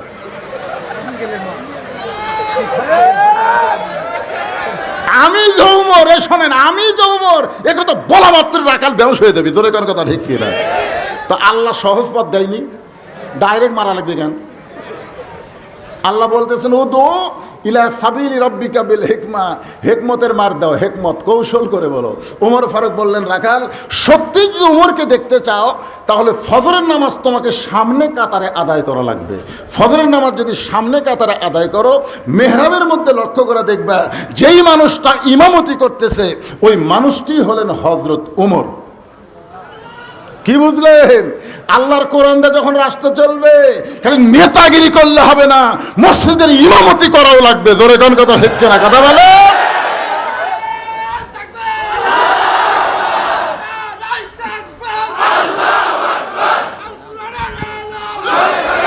লিল্লাহে তাকবীর। রাখাল ছোট বাচ্চার মতন কান্দে। ওমর ফারুক বলে, রাখাল যদি উমরকে দেখতে চাও তাহলে ফজরের নামাজ সামনে কাতারে আদায় করা লাগবে। মেহরাবের দিকে লক্ষ্য করলে দেখবা যে মানুষটি ইমামতি করতেছে সেই মানুষটি হলো হযরত উমর। কান্দো কেন? রাখাল বলতেছে, কান্দার কারণ হলো আমি বারান্দাত নামাজ পড়ি। ওমর ফারুক বললেন, বারান্দাত কেন পড়ো? বলে একটা রাখাল কোনোদিন মসজিদের মধ্যে ঢুকবার পারে? মসজিদের মধ্যে নবীর দামি দামি সাহাবী আছে, আর দামি দামি সাহাবীর মধ্যে আমি রাখাল কেমনে যাই? ওমর ফারুক বললেন, তুমি কম দামি আর ভিতরে যারা নামাজ পড়ে তারা দামি, এই বুঝটা তোমাকে দিল কে? আজকে আমি চেয়ারে বসে আছি, আমি দামি, আর আপনারা খেরত বসে আছেন, আপনারা কম দামি, এই বুঝটা আপনাকে দিল কে? আল্লাহর কোরআনের কথা হলো, ইন্না আকরামাকুম ইনদাল্লাহি আতকাকুম। ওই ব্যক্তি সবচাইতে দামি হয় যার কলিজার মধ্যে আল্লাহর বেশি ভয়। ওমর ফারুক বলে, রাখাল তুমি বারান্দাত নামাজ পড়ো, তুমি কম দামি, আর ভিতরে যারা নামাজ পড়ে তারা বেশি দামি, এই বুঝটা তোমাকে দিল কে? সত্যি যদি ওমরকে দেখতে চাও ফজরের নামাজ সামনে কাতারে আদায় করো। রাখাল বলতে যে, ভাই আজকে এশার নামাজ পড়ে আর আমি বাড়ি যাচ্ছি না। ওমর ফারুক বললেন, এশার নামাজ পড়ে বাড়ি যাবো না কেন? বলে, এশা পড়ে যদি বাড়ি যাই তাহলে ফজর সামনে কাতারে কেমনে ধরবো? এই জন্যে এশা পড়ার পর থেকেই ফজর সামনে কাতার ধরার চেষ্টা করব। ওমর ফারুক বলে, রাখাল তুমি কি জানো 5 ওয়াক্ত নামাজের মধ্যে 3 ওয়াক্ত তাড়াতাড়ি আর 2 ওয়াক্ত লম্বা? আসর, মাগরিব, এশা। আপনার বলেন তো এই 3 ওয়াক্ত কি তাড়াতাড়ি নেয়? আসরের কিছুক্ষণ পরই মাগরিব, মাগরিবের কিছুক্ষণ পরই এশা। কিন্তু এশা থেকে ফজর আর ফজর থেকে জোহর, এই 2 ওয়াক্ত লম্বা কেন? ওয়াক্ত মানে সময়। রাখাল বলতেছে 2 ওয়াক্ত লম্বা হওয়ার কারণ তো জানি না। ওমর ফারুক বললেন, তাহলে শোনো, ফজর থেকে জোহর আল্লাহ লম্বা সময় দিছে, এই সময়ের মধ্যে খেতে খামারে কাজ কাম করবা, ব্যবসা বাণিজ্য করবা, চাকরি বাকরি করবা। এইগুলো কাজ কাম করতে গিয়ে, রাখালি করতে গিয়ে তোমার দেহের যে ক্ষয় হবে, দেহের একটা ক্ষয় আছে না নাই? এশা থেকে ফজর পর্যন্ত আল্লাহ লম্বা সময় দিছে। এই লম্বা সময়ের মধ্যে তুমি যদি ঘুম পাড়ো তাহলে আল্লাহ ঘুমের মাধ্যমে তোমার দেহের ক্ষয়কে পুরা করে দিবে। তাহলে এশা থেকে তুমি যদি ফজর ধরবার চাও আর তোমার চোখত যদি ঘুম ধরে তখন কি করবা? রাখাল বলতেছে, ঘুম যদি ধরি তাহলে মসজিদের মধ্যে ঘুমায়া যাব। যেই বলছে মসজিদের মধ্যে ঘুমাবো, ওমর ফারুকের চেহারা রক্তের মতো লাল করে বলতে, রাখাল মসজিদের মধ্যে ঘুম পাড়ার দলিল দেয়। আপনারা বলেন তো, মসজিদ যদি ঘুম পাড়বেন তার একটা দলিল নাই? দলিল থাকা লাগবে, কথা কর না কেন, দলিল থাকা লাগবে না? আরে ঘুম পড়া তো দূরের কথা, ওরা সবাই নামাজ পড়ে বাড়ি চলে গেছে, কিন্তু 3 জন মুসল্লি জোহরের নামাজ পড়ে 4 ফ্যান দিয়ে গল্প করতেছে। 1-8 ঘন্টা হয়, এর গল্প বন্ধ হয় না। ফেরেশতারা বলতেছে আল্লাহ সবাই নামাজ পড়ে বাড়িতে গেল, কিন্তু এরা 3 জন 4 ফ্যান দিয়ে গল্প করতেছে, এর রেজাল্ট কি? আল্লাহ বলতেছে গল্প করার সময় এদের মাথার উপর যে ফ্যান ঘুরেছে, এই ফ্যান ঘোরার কারেন্টের বিল এই 3 জন আলাদাভাবে না দেওয়া পর্যন্ত জান্নাতে যাবার পারবে না। কারণ মসজিদের বাপের ঘর না, ইচ্ছা মতো ফ্যান ঘুরবি। জোরে কোনো কথা ঠিক কথা কর। এই জন্য আল্লাহ বলেছেন ফাইজা কুদিয়াতিস সালাহ ফান্তাশিরু ফিল আরদ, নামাজ হয়ে গেলে আর মসজিদে কোনো গাল গল্প করার সুযোগ নাই। মসজিদ থেকে বের হওয়ার হুকুম কার? জোরে বলেন কার? একটু মহব্বত করে কথা শোনা লাগবে। ওমর ফারুক বলেন রাখাল আজানের গুরুত্ব দিও। 5 ওয়াক্ত নামাজের মধ্যে ফজরের আজান হলো সবচাইতে গুরুত্বপূর্ণ। আপনারা বলেন তো 5 ওয়াক্ত নামাজের মধ্যে সবচাইতে গুরুত্বপূর্ণ আজান কোন নামাজ? সবাই এক বাক্যে বলেন কোন নামাজ? এই ছেলেরা তোমরা যারা ফেসবুক চালাও, ফজরের আজানে কিন্তু একই শব্দ 2 বার বেশি কয়, অন্য 4 ওয়াক্ত আজানের মধ্যে নাই। সেই শব্দ তোমরা শুনবার পাও?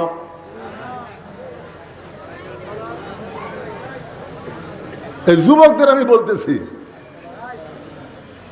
শুনবার পাও? কিন্তু চেতন পাও না। আসসালাতু খায়রুম মিনান নাওম, ঘুম হইতে নামাজ অতি উত্তম। আজকে আমাদের যুবকেরা মসজিদে নাই, সব কয়টা বুড়া মসজিদের মধ্যে যায়। কারণ কি জানেন? সারা জীবন ঘুষের চাকরি করছে, সারা জীবন ঘুষের চাকরি করছে। চাকরি যখন রিটায়ার হয়ে গেছে তখন মসজিদ যে কাঁদতেছে, আল্লাহ আমি আর জীবনে ঘুষ খাবো না, আল্লাহ আমি আর জীবনে ঘুষ খাবো না। আর 2 কান্দের ফেরেশতা বলতেছে আল্লাহ এই শয়তানের কান্দর থেকে লাভ নেই। এর যখন ঘুষের চাকরি আসলো তখন কান্দেনি, যে রিটায়ার করছে আর ঘুষ খাবি না কান দিচ্ছে। ইনকার ঘুষ খাবার পারবি?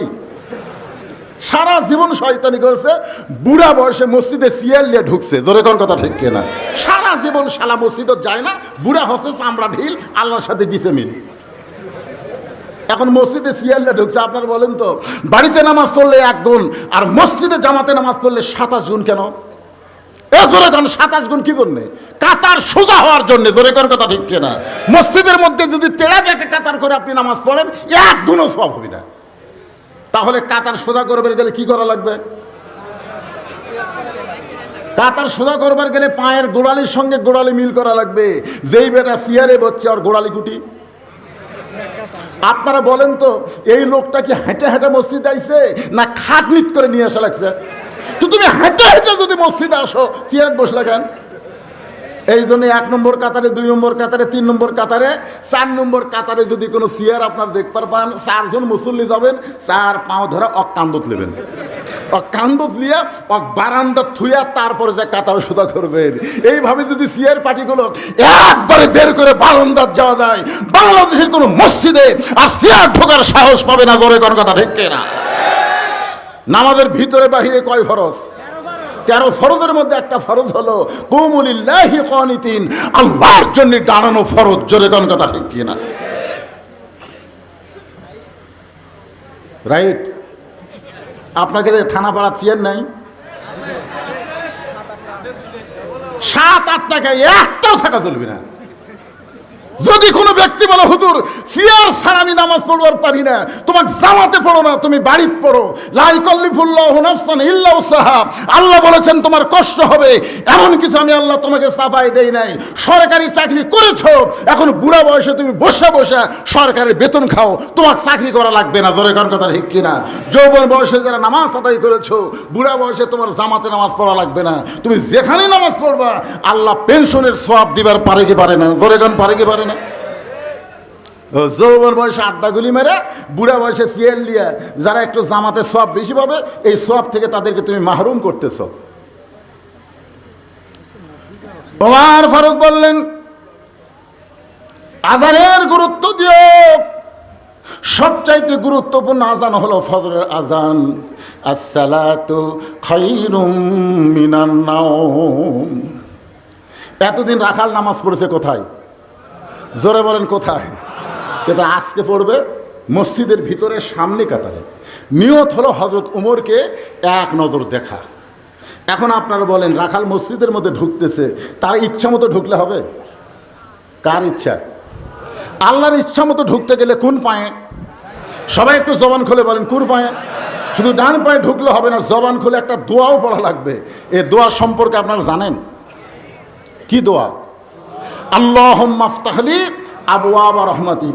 রাখাল এই দোয়াটা পড়ে মসজিদের মধ্যে ঢুকে সামনে কাতারে যাবার চায়। প্রত্যেকটা সাহাবী নড়ে সরে রাখালকে যাওয়ার রাস্তা করে দেয়। রাখাল বলে, আল্লাহ রে, বারান্দার থেকে এতদিন কি ভাবলাম, আজকে ভিতরে ঢুকে আমি কি দেখতেছি? ভিতরে ঢুকে দেখতেছি আমিও যা এরাও তাই। এটা ভিতরে না ঢুকলে বোঝা যাবে না। যারা ইসলামের বারান্দায় আছে তারা কিছুই বুঝবে না। উদখুলু ফিস সিলমি কাফা, পুরোপুরি ইসলামের মধ্যে ঢোকা লাগবে। জোরে কোন কথা ঠিক না? এখন সামনে কাতারে এসপি সাহেব দাঁড়ায় দেখে একটা মুসল্লি হলে কাতার পুরো হবে, কিন্তু একজনই নাই। এসপি কয়, কে রে? একটা মুসল্লি নাই। তাকায় দেখে দরজার চকিদার খাড়া হয়ে আছে। এসপি ডাকতেছে, আয়। চকিদার বলে, না স্যার, আপনি এসপি, আমি চকিদার। এসপি বলতেছে এটা বেড়ার কথা। মসজিদ থেকে যখন বার হব তখন আমি এসপি, তুই চকিদার, কিন্তু ভিতরের কথা অন্যটা। আয়। চকিদার ভয় আসবার যায় না, এসপি নিজেই কাতার ছেড়ে যায়, চকিদার হাত ধরে টানতে দেখে তখন ভিতরে যাবার কে হাত ধরে টানে লেগেছে সামনে কাতারে। আমার পায়ের গোড়ালির সঙ্গে গোড়ালি মিল করে খাড়া হয়। চকিদার বলতে, স্যার আপনার পায়ের গোড়া কিন্তু তেলতেলা, আমারটা ফাটা। এখন ফাটা তেলতেলা একত্র হয়ে যদি কিছু হয়, এসপি বলতেছে আমরা দুই ভাই তেলতেলা ফাটা একসঙ্গে করে কাতার সোজা করতে চাই। ধরে কোন কথা ঠিক না? চকিদার কান্দার কয়, আল্লাহ রে, ভিতরে এত শান্তি, এটা বাইরে থেকে বোঝা যায় না। ভিতরে চকিদার এসপি এক কাতার হয়, আওয়ামী লীগ, বিএনপি, জাতীয় পার্টি, জামাত, তাবলীগ এক কাতার হয়। জোরে কোন কথা ঠিক না? আর বাইরে 40 দল। খালি বাইর হলি, আমাকে চিনিস? তুই কি? আমার এলাকাতে এক নেতা এরকম হুমকি মারছে, আমাকে চিনিস? আগামীকাল সকাল 10টায় তোর হাত পা ভাঙ্গে সোতা করে দেবো রে। লোকটা দেখে ই তো আর দল ক্ষমতা আছে, বারে যে হুমকি দিল। বগুড়ার কথা বলতেছি, বগুড়া হলো বিএনপির ঘাঁটি, কিন্তু এই 15.5 বছর আওয়ামী লীগ যা কষ্ট দিতে ভাই, বগুড়াতে আপনারা শুনলে আশ্চর্য হবেন। একই বাড়িতে আওয়ামী লীগ, বিএনপি, যাই বগুড়া বর্তমানে সভাপতি, ওর ভাই মোহন আবার আওয়ামী লীগের সভাপতি, একই বাড়ির দ্বারা এমন হুমকি মারছে, আগামীকাল সকাল 10টায় তোর হাত পা ভাঙ্গে সোজা করবো। ওই হুমকি শুনে বাড়িতে এসে কান্দিচ্ছে। বউ বলে, কান্দ খেন? বলে, কান্দার কারণ হলো সকাল 10টায় আমার হাত পা ভাঙ্গে সোজা করবি। বউ কয়, তুমি পাগল নাকি? সকাল 10টায় তোমার হাত পা ভাঙবি আর তুমি সন্ধ্যা রাত্রে কাঁদতেছ। এই দেশ কি মহের মুল্লুক হলো নাকি? এই দেশে কি কোনো বিচার নাই? গ্রামে চেয়ারম্যান আছে, মেম্বার আছে, তাদের কাছে বিচার দাও। স্বামী হাসিয়ার বলে, বিবি রে, যে আমাকে হাত পা ভাঙবার চাচ্ছে ওই চেয়ারম্যানেরই লোক। বউ বলে, তাহলে বিচার হবে না? বলে, তুই বদরুল ইসলামের ওয়াজ শুনিস নি? বউকে কি ওয়াজ করছে? বলে, 6 বছর ন্যাংরামের চাষ করছে, জ্যৈষ্ঠ মাসে দেখতে গেছে আম পাকছে কিনা। যাই দেখে ছোট্ট বাচ্চা গাছের ডালে বসে আম পাড়তেছে আর ব্যাগের মধ্যে তুলতেছে। বাগানের মালিক বলে, এই আমার পরিবারে কেউ আম খাই নাই, তুই আমার গাছে ধরে আম পাড়তেছিস, তোর বাপক যা বিচার দেবো। ছেলে খালি মুচকি মুচকি হাসে। বাগানের মালিক বলে, হাসিস কেন? বলে, আমার বাপক কোথায় যা বিচার দিবেন, আমার বাবাও আর এক গাছে চড়ছে। তাকে দেখে ওর বাপ আম পাড়ের বস্তা ভরায়, নিচে বসে কান্দের, বলে, আল্লাহ বিচার দেবো কার কাছে? বেটা ওসর, বাপে ওসর, 15.5 বছর আমাদের বিচার দেওয়ার জায়গা ছিল না। ধরে কোনো কথা ঠিক করে? সব শালাইছোর, সব শালাইছোর। দেশের সমস্ত টাকা মারে ওরা বিদেশে পাঠিয়ে পাঠিয়েছে। আমাদের সিংড়ার একটা পলক ভাই, এই বুড়াগুলার সাথে যখন লিয়া যায়, বুঝলেন, সিংড়ার একটা নাম শোনেন নেই? ওই সিংড়ার একটা পলক, জনায়েত আহমদ পলক, একদম বুড়া করে হাতে লিয়া যায়।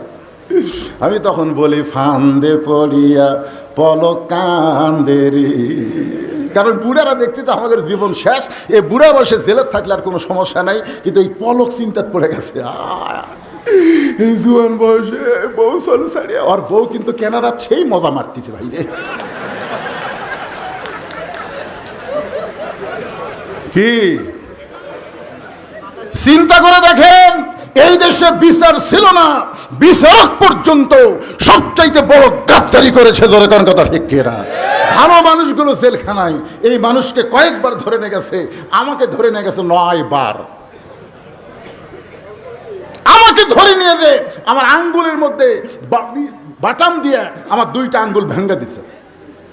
ভালো মানুষগুলো জেলখানা আর খারাপ মানুষগুলো জামিন বাসে, এরা কোনোদিন বিচারক হতে পারে না।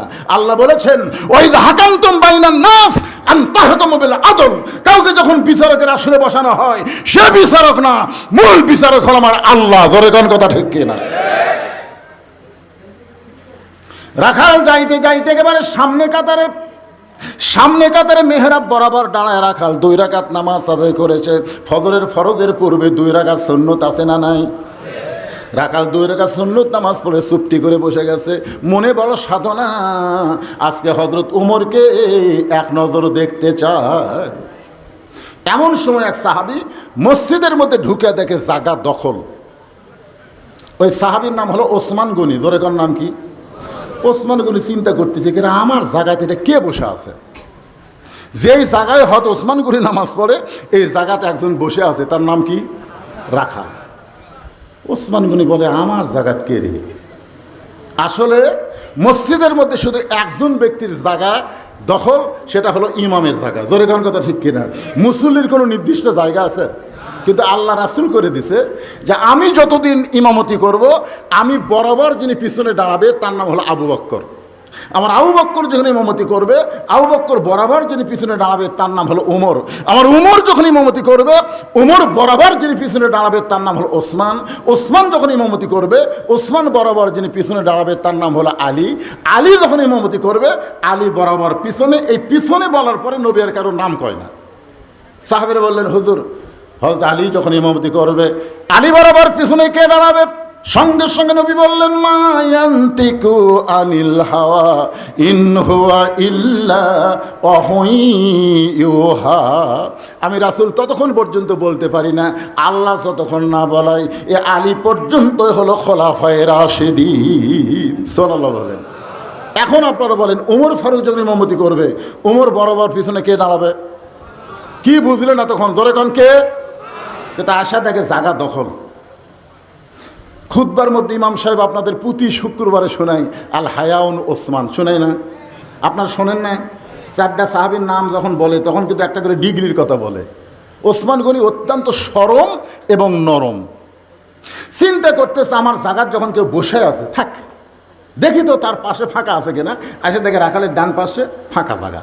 ওসমান গনি ফাঁকা জায়গা 2 রাকাত সুন্নত নামাজ পড়ে রাখালের দিকে 3 বার তাকাছে। কয়বার? কারণ কোনোদিন সামনে কাতারে দেখে নাই আমার জায়গায় বসে আছে এই মালটাকে। কি আপনারা কোনোদিন কল্পনা করছিলেন যে ডক্টর ইউনূস এইভাবে এই ক্ষমতার চেয়ারত বসবে? এরকম কিন্তু কল্পনা করছিলেন? এই মালটা খেয়ে বাংলাদেশে শহীদ রাষ্ট্রপতি জিয়াউর রহমান ভারতের চোখের দিকে চোখ রাঙ্গায় কথা বলেছে, ভারতকে পরোয়াই করেনি। ভারতের তালপুট্টি খেটে নেওয়ার জন্য বহু চেষ্টা করেছে। শহীদ জিয়াউর রহমান বলেছে, তোরা কে? তোদের দিকে পরোয়া নাই, বলে আমরা ভারত থেকে সব সাহায্য বন্ধ করে দেব। তিনি বললেন, ইয়্যাকা না'বুদু ওয়া ইয়্যাকা নাস্তাইন, গোলামি করি যার, সাহায্য চাই তার কাছে। ভারত কিছুই করতে পারে নাই। আর একটা বুড়া বয়সে আমাকে ডক্টর ইউনূস, ধরে কোন কথা ঠিক কি না? কিন্তু দিন দিনই অন্যরকম হয়ে যাচ্ছে। আমি গত বছর ওয়াজ করছি, ইউনূস নবীরে খাইল মাছেতে গিলিয়া, ফেরেশতা পাঠাইলেন আল্লাহ ইসমে আজম দিয়া। দমে দমে সে হরদম পড়ে সে ইসমে আজম, মাছেরই উদর হইতে বাঁচাইল প্রাণ। সবাই বলেন আল্লাহু আল্লাহু, তুমি জাল্লে জালালুহু, শেষ করা তো যাই না গে তোমার গুণগান। ওসমান গনি কয়বার তাকাছে? একটা মূর্খ মানুষের দিকে যদি বারবার তাকায়, আপনারা বলেন তো খুশি হবি না রাগ করবি? আপনাদের এলাকায় রাস্তা যখন ভ্যান নিয়ে যায় তখন খালি আপনি একবার তাকা দেখেন। আমার গাড়ির সাথে এক ভ্যানালার হুক বেজে যাবে, অটো ভ্যান পেয়ে ব্যাটারি পায়ে, বুঝলেন, এরা মনে পাইলট হয়ে গেছে। একটা রাস্তার থেকে ওঠার সময় দেখা লাগবে না যে একটা গাড়ি আসতেছে কিনা। আমার ড্রাইভারকে আমি বলে দিছি, ভাই কোনো ভ্যান চালক যদি রাস্তা দিয়ে আসে তুই মাটির চাকার নামে দিস, ওই চলে যাক। একটা ভ্যানালার হুক আমার গাড়ির সাথে এই বডির সাথে বেঁধে গেল। আমি খালি গ্লাস নামে তাকাছি, হুজুর কি ও গাড়ি চলে বেড়ান, ভ্যানালার পছন্দ হয় না, আমি কিছুই বলিনি, খালি তাকাছি। আয় আয় উই যে আমার দিল ভাই। আমি বললাম কোনো কিছু দরকার নেই, ড্রাইভারকে বললাম তুই চ। আপনার বলেন তো, আমার দিকে যদি আপনার সারা রাত টাকা থাকেন আমি কি রাগ করবো? আমার ভাইয়ের দিকে আপনার সারা রাত টাকা থাকেন রাগ করবে? করবে না। কিন্তু ভ্যানালার দিকে একবার তাকানি খেপে দেবে। তিনবার ওসমান গনি সেই মাত্র তাকাইছে, সঙ্গে সঙ্গে রাখাল বলে, এই মিয়া বারবার আমার দিকে কি দেখো মিয়া। সঙ্গে সঙ্গে ওসমান গনি নরম মানুষ, কাঁপতে কাঁপতে দাঁড়ায় গেছে। এত জোরে হুমকি মারছে, ওসমান গনি কাঁপতে কাঁপতে দাঁড়ায় বলতে, ভাইজান কোনোদিন আপনাকে সামনে দেখি নাই, আজকে প্রথম দেখতেছি। এই কারণে তিনবার দেখেছি, কারণ আমার শরম বেশি। যাদের শরম বেশি তারা একভাবে দেখতে পারে না, দেখলেও সাথে সাথে তারা নজর নিচের দিকে করে। জোরে কারণ ঠিক কে না? কতগুলো লোক দেখবেন বেহার মতন, এটা কার বউ রে? হায় হায়, ওই মানুষ না কুত্তে, বোঝার উপায় নেই। আল্লাহ কোরআনে বলেছেন, কুল্লিল মুমিনিনা ইয়াগুদ্দু মিন আবসারিহিম। হঠাৎ যদি কোনো বেপরদা নারী, কোনো সুন্দরী তোমার চোখে পড়ে, সঙ্গে সঙ্গে নজর তুমি নিচের দিকে করো, দ্বিতীয়বার আর তাকাবার পারবা না। ধরে কোন কথা ঠিক কিনা? ওসমান গনি বলে, ভাইজান কোনোদিন আপনাকে সামনে কাতারে দেখে না, আজকে প্রথম দেখেছি। এদিনে পরপর তিনবার তাকাইছি। আপনার পরিচয় কি? রাখাল বলতেছে, আমার পরিচয় হলো আমার রাখাল, আমি হলাম একজন রাখাল। যেই বলছে রাখাল, ওসমান গনি মুচকি মুচকি হাসতেছে। মুচকি মুচকি হাসার কারণে, হুজুরে এই হুজুরে কি ভাব?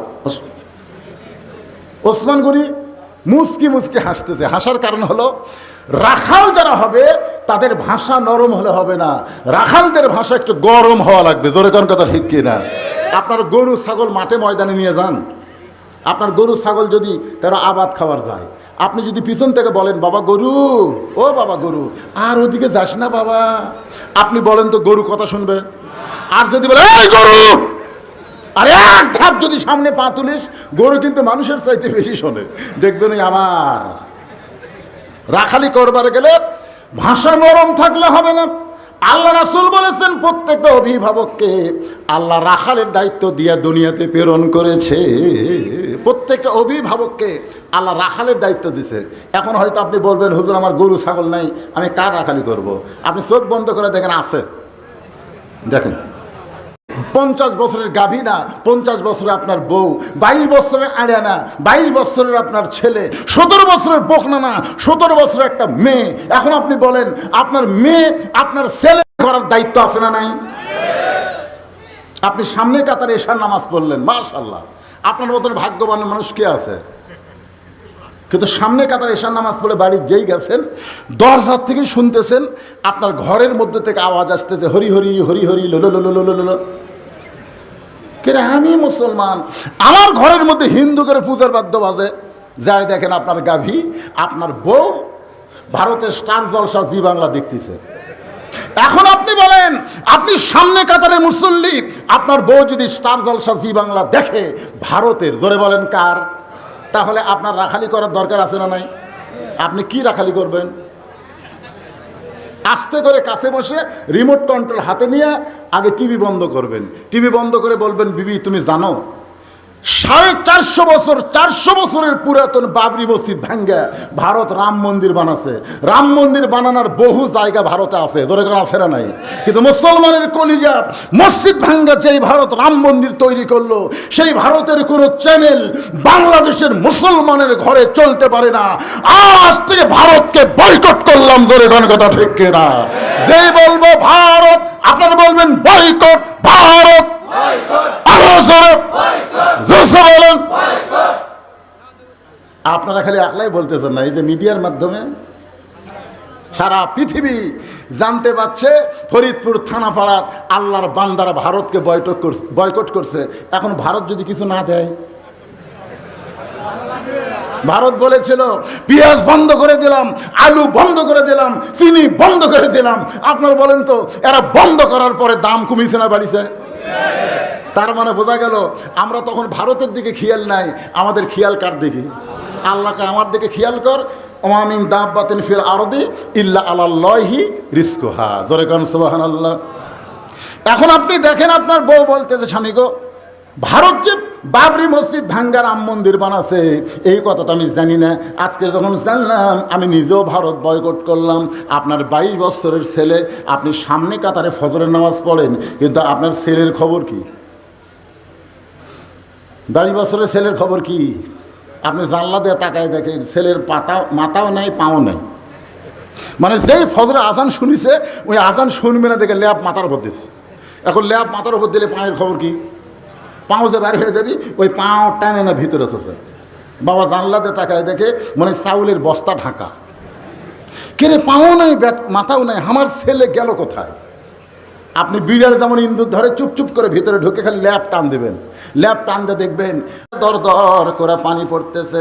ফাতেমা বলেন বাবা কি দুঃখ আপনার মনে, এমন করে কেন কাঁদতেছেন? রাসূল বলে ফাতেমা যে দুনিয়াতে সাজবে মা, আল্লাহ তার আখিরাতের সাজ কমায়া দিবে। সঙ্গে সঙ্গে ফাতেমা হাতের চুড়ি খুলে মাটি ফাইলে দেয়। নবী দৌড়ে গিয়ে ওই চুড়ি দুইটা করে জামার পকেটের মধ্যে ঢুকায়। ফাতেমা বললেন বাবা যেই ছুরি হাতে দেওয়ার কারণে আপনি বারান্দায় কানলেন, সেই ছুরি ফাইলা দিলাম পকেটে কান ঢুকাইলেন। রাসূল বলে ফাতেমা শুধু চুরি নয় মা, আয় আয় তুই আমার কাছে আয়। যে ফাতেমা নবীর কাছে আইছে, নবী বললেন একদিন তোর নাকে ফুল পরায় দিব, একদিন তোর কানে দুল পরায় দিব, একদিন তোর গলায় মালা পরায় দিব। ফাতেমা বললেন কবে কবে? আল্লাহর নবী বললেন যেদিন তোমার বিবাহ হবে। ও ফাতেমা, মেয়েরা কেবলমাত্র এক ব্যক্তির জন্য সাজতে পারবে, ওই ব্যক্তি হলো তার স্বামী। সুবহানাল্লাহ না কেন? আপনারা কোনোদিন আপনাদের মেয়েদের কাছে ওয়াজ করছেন? তো নবী করছে নবীর মেয়ের কাছে, আর আপনার মেয়ে হাই হিল করে কিলকিল করে গোটা ফরিদপুর ঘুরতেছে। বাবা হিসাবে আপনার দায়িত্ব আছে না নাই? জোরে করে আছে না নাই? জোরে করে আছে।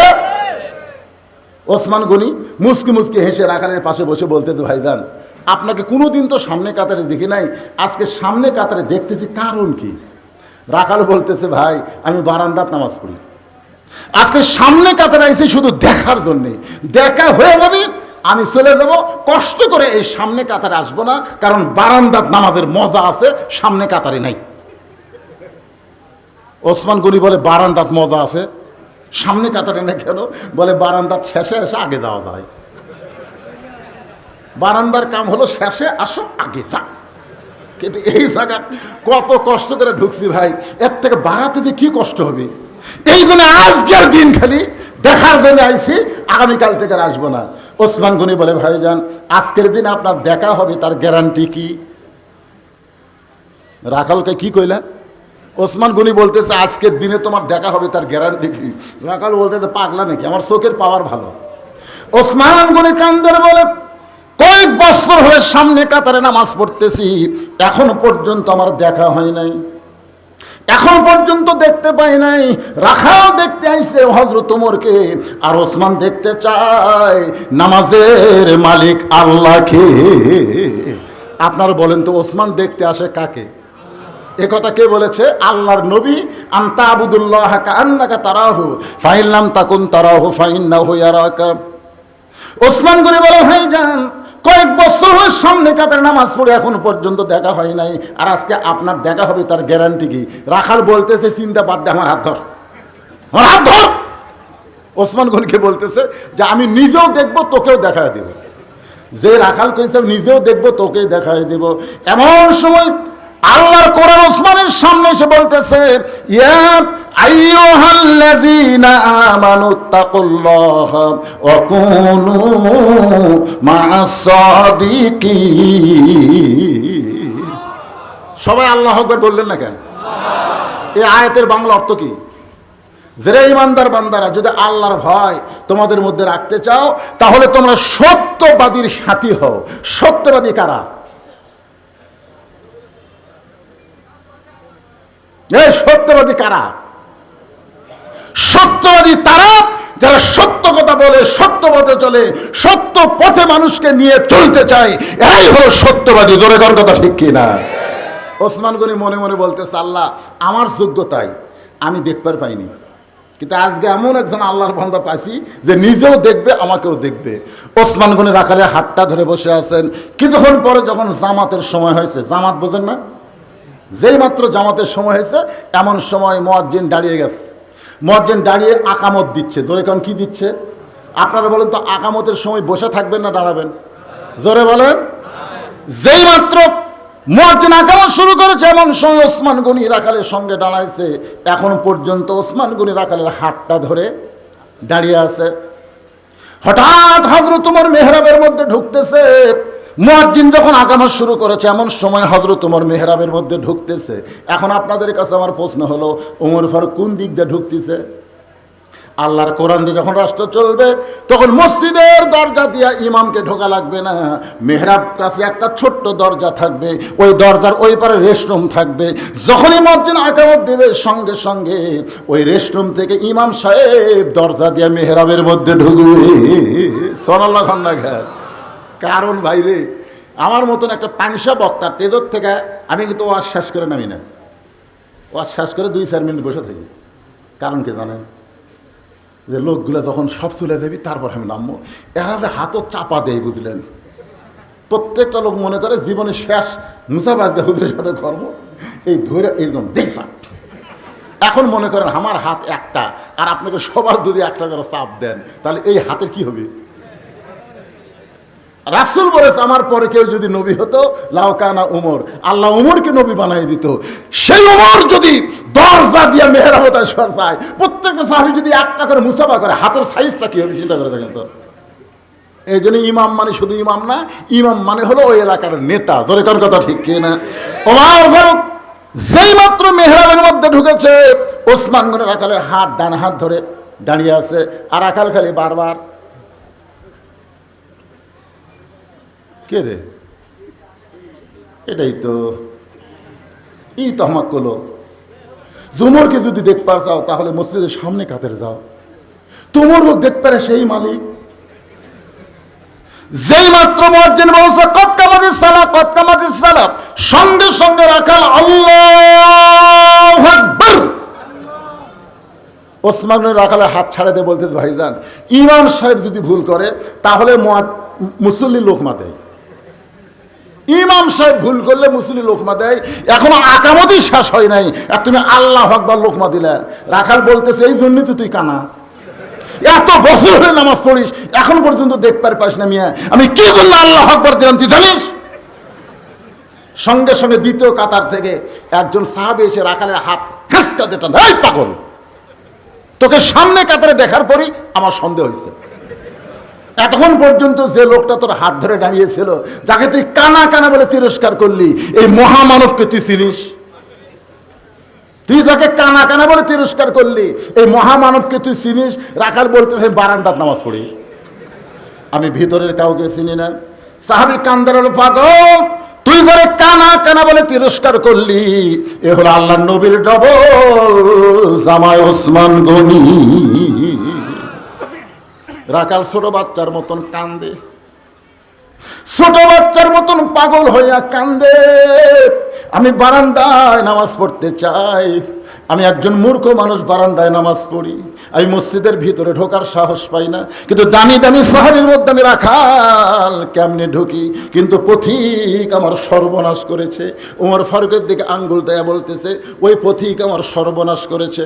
ওই পথিক আমারে কইছে, ওমরকে যদি দেখবার চাও তাহলে সামনে কাতারে নামাজ পড়লে মেহরাবের মধ্যে যে মানুষটাকে দেখতে পাবে ইমামতি করতেছে, ওই মানুষটি হলো হযরত ওমর। আমার সারা জীবনের সাধনা একটা বার শুধু হযরত ওমরকে দেখতে চাই। কিন্তু আজকে হযরত ওমরকে দেখতে এসে ওই মেহরাবের মধ্যে ওই প্রতীককে যদি দেখতে পাই, তাহলে তোমরাই বলো আমার লোকমা দেওয়া ছাড়া তো উপায় নাই। আমি আল্লাহু আকবার লোকমা দেব, ওই প্রতীককে মেহরাব থেকে সরায় দিয়া ওই জায়গায় হযরত ওমরকে আমি এক নজর দেখতে চাই। হাজার হাজার সাহাবীরা কাঁদতেছে। সমস্ত সাহাবীরা যখন কান্দে, রাখাল চিল্লে বলে বারান্দায় নামাজ পড়া ভালো, এই মসজিদের মধ্যে কেন কান্দাকান্দি শুরু হয়ে গেল? ওসমান গনি বলে, রাখাল ভাই, মসজিদের মধ্যে কান্দার কারণ হলো তুমি যারা পথিক পথিক বলতেছো তিনি হলেন হযরত ওমর। গাছের গোড়া কাটলে গাছটা যেমন পড়ে যায়, রাখাল মেহরাবের মধ্যে তেমন পড়ে গিয়া জব করা মুরগির মতন ছটফট করার বলে, ইয়া আমিরুল মুমিনিন, আমি আপনাকে তওবা পড়াইছি, আমি আপনারে মুনাফিক কইছি, আমি আপনারে ভণ্ড কইছি, অধম রাখালকে আপনি কিছুই বলেননি। সঙ্গে সঙ্গে সাহাবীরা চিল্লায় বলে, এই কে রে? এই মেহরাবের মধ্যে কে ঢুকলো? কারে তওবা পড়াইছে? কারে মুনাফিক কইছে? কারে ভণ্ড কইছে? কে রে? সবাই জানে ওমর রাস্তাতে গেলে শয়তান কয়দিন যায় না। জোরে বলেন, কয়দিন যায় না? নবীর পরে কে নবী হওয়ার যোগ্যতা রাখে সে হলো ওমর। আর এই বেটা কি বলতেছে? তওবা পড়াছি, মুনাফিক কইছি, ভণ্ড কইছি, কে রে? সবাই যখন চিল্লে উঠছে, ওমর ফারুক আল্লাহর কোরআন থেকে তেলাওয়াত করলেন, আতিউল্লাহ ওয়া আতিউর রাসূল ওয়া উলিল আমরি মিনকুম, আল্লাহর আনুগত্য করো, নবীর অনুসরণ করো, আমি যদি তোমাদের আমির হই তোমরা কি আমাকে মানো? সমস্ত সাহাবী বলতেছে, একবার না, দুইবার না, 100 বার আপনাকে মানি। যদি আমাকে মানো তাহলে চিল্লি বন্ধ করে দাও। সবাই যখন জবান বন্ধ করছে, ওমর ফারুক আফসোস করে বললেন, যেই লোক আমাকে তওবা পড়াইছে, যেই লোক আমাকে মুনাফিক কইছে, যেই লোক আমাকে ভণ্ড কইছে, তোমরা কি এর বিচার দেখবার চাও? আমাকে মুনাফিক কইছে, আমারে ভণ্ড কইছে, আমারে তওবা পড়াইছে, অবশ্যই এর বিচার হবে আল্লাহর কোরআন দিয়া। ধরে কোন কি দিয়া? বাংলাদেশে কি আল্লাহর কোরআন দিয়ে বিচার দেখছেন? ওমর ফারুক বললেন, এই লোকটার আল্লাহর কোরআন দিয়ে বিচার হবে। কারা কারা আল্লাহর কোরআনের বিচার দেখবার চাও? সমস্ত সাহাবীরা 2 হাত তুলে বললেন, আমরা দেখতে চাই। ওমর ফারুক বললেন, তাহলে একটু ধৈর্য ধরা লাগবে, একটু ধৈর্য ধরা লাগবে। কারণ আকামত যখন হয়ে গেছে তখন আগে বিচার না আগে নামাজ? জোরে বলেন, আগে বিচার না আগে নামাজ? সমস্ত সাহাবীরা বললেন, আমিরুল মুমিনিন, তাহলে আজকে ফজরের জামাত শেষ হলেই আমরা বিচার দেখব। ওমর ফারুক বললেন, বিচার হবে আল্লাহর কোরআন দিয়া। সাহাবীরা বিচার দেখার জন্য সবাই মসজিদের মধ্যে বসে থাকবেন। আপনারা আজকে এই সময় আল্লাহর কোরআনের বিচার নিজের চোখে দেখতে পাবেন। কারা কারা দেখবেন? 2 হাত তুলে একটু আমার আল্লাহকে দেখান তো দেখি। লিল্লাহি তাকবীর, হাত নামান। ভাইজান, সবাই আমরা আল্লাহর কোরআনের বিচার দেখব। কিন্তু ফজর নামাজ পড়াতে ওমর ফারুকের কম পক্ষে 10 মিনিট লাগবে। এটা হামাকের নামাজ না, ওমর ফারুক পড়াবে, সময় একটু বেশি লাগবে না? কথা কর, লাগবে কি লাগবে না? কয় মিনিট? এই 10 মিনিট যারা হাত তুলছেন তারা যদি আপনারা চলে যান এই 10 মিনিটের মধ্যে, তাহলে বুঝবেন আমার এই ভাইয়ের কথা ঠিক, মানে কথার সাথে কামের মিল নেই। এখন আপনারা হাত তুলে বললেন আমরা আল্লাহর কোরআনের বিচার দেখবো, বলেননি? আপনারা বলেননি? কথা বলেন, বলেন নাই? এই মুরব্বী আবার মাঝখানে ঘুরতেছে, কেন? কি খবর বারে? ও লাঠি নিয়ে ঘুরতেছে। যারা 2 হাত তুলেছেন 10টা মিনিট শয়তান যেন আপনাদেরকে নড়াবার না পারে, তারাই শুধু নড়বেন। আমি এতিমখানা মাদ্রাসার জন্য 100 কয়টা ছাত্র আছে এখানে? 150 জন ছাত্র এখানে পড়ে। এতিমদের হাতে একটা করে কোরআন শরীফ দেওয়া লাগবে আপনাদের। একটা কোরআন শরীফ মাত্র 500 টাকা। আপনি 500 টাকা দিলে একটা কোরআন শরীফ দানের সওয়াব আল্লাহ আপনাদের আমল নামায় দিয়ে দিবে। এতগুলো মানুষের মধ্যে মাত্র 120টা, সবার কাছে আমি চাচ্ছি না, যার পকেটে 500 টাকা আছে, সর্বোত্তম যেই ব্যক্তি কোরআন দেওয়ার নিয়তে উঠবেন, ওর দেখা দেখে যত মানুষ দিবে প্রত্যেকটা লোকের একটা দানের অংশ সওয়াব পাবেন। মাশাআল্লাহ, আমার ভাই উঠছে। যারা একটু আশা লাগবে বাগান, একটু ভাইকে আসার, আপনারা কেউ লড়বেন না। আপনাদের কাছে ব্যাগ যাবে, রুমাল যাবে, 10 টাকা 20 টাকা যে যা পারবেন দিবেন। আর 120 জনের কাছে আমি আল্লাহর কোরআন শরীফ চাই, যাদের বাপ মা মারা গেছে, বাপ মা রোহের মাগফিরাতে একটা করে কোরআন শরীফ বাবদ 500 টাকা দেবেন। সর্বোত্তম আল্লাহ তোমার একজন বান্দা কোরআন শরীফ বাবদ 500 টাকা দান করেছে। আল্লাহ পেটে বাচ্চা আসার সাথে সাথে পেটে তাবিজও এক ধরনের দড়ি পেটে বাঁধে এবং এই ধারণা পোষণ করে যে এর জন্য তাদের বাচ্চা রক্ষা পাবে। আরেকটা বিষয়, অনেকেই নামাজের পর সম্মিলিত মোনাজাত নামাজের অংশ মনে করে। এই বিষয়ে আপনার মতামত আশা করি। এই পেটের মধ্যে তাবিজ এটা সম্পূর্ণ শিরক, এটাকে শিরক, এই ব্যাপারে কোনো সন্দেহ নেই। ভালো রাখার মালিককে, এর ধরে কারণ ভালো রাখার মালিককে আপনি যদি সন্তানকে ভালো রাখতে চান এতিমখানাত কিছু সদকা করেন, দান করেন। রাসূল বলেছে সদকা তো তারুদ্দুল বালা, বিপদ আপদ মুসিবত থেকে, বালা মুসিবত থেকে হেফাজত করে দান, এই সদকা করা। এই সদকা আপনারা করবেন, বিপদ আপদ থেকে আল্লাহ হেফাজত করবে। আর 2 নম্বর যেটা সম্মিলিত মোনাজাত, সালাম ফিরালেই নামাজ শেষ। নামাজ শেষ করে কি দিয়ে? কথা বলে না কেন? সালাম ফিরানোর সঙ্গে সঙ্গে নামাজ শেষ।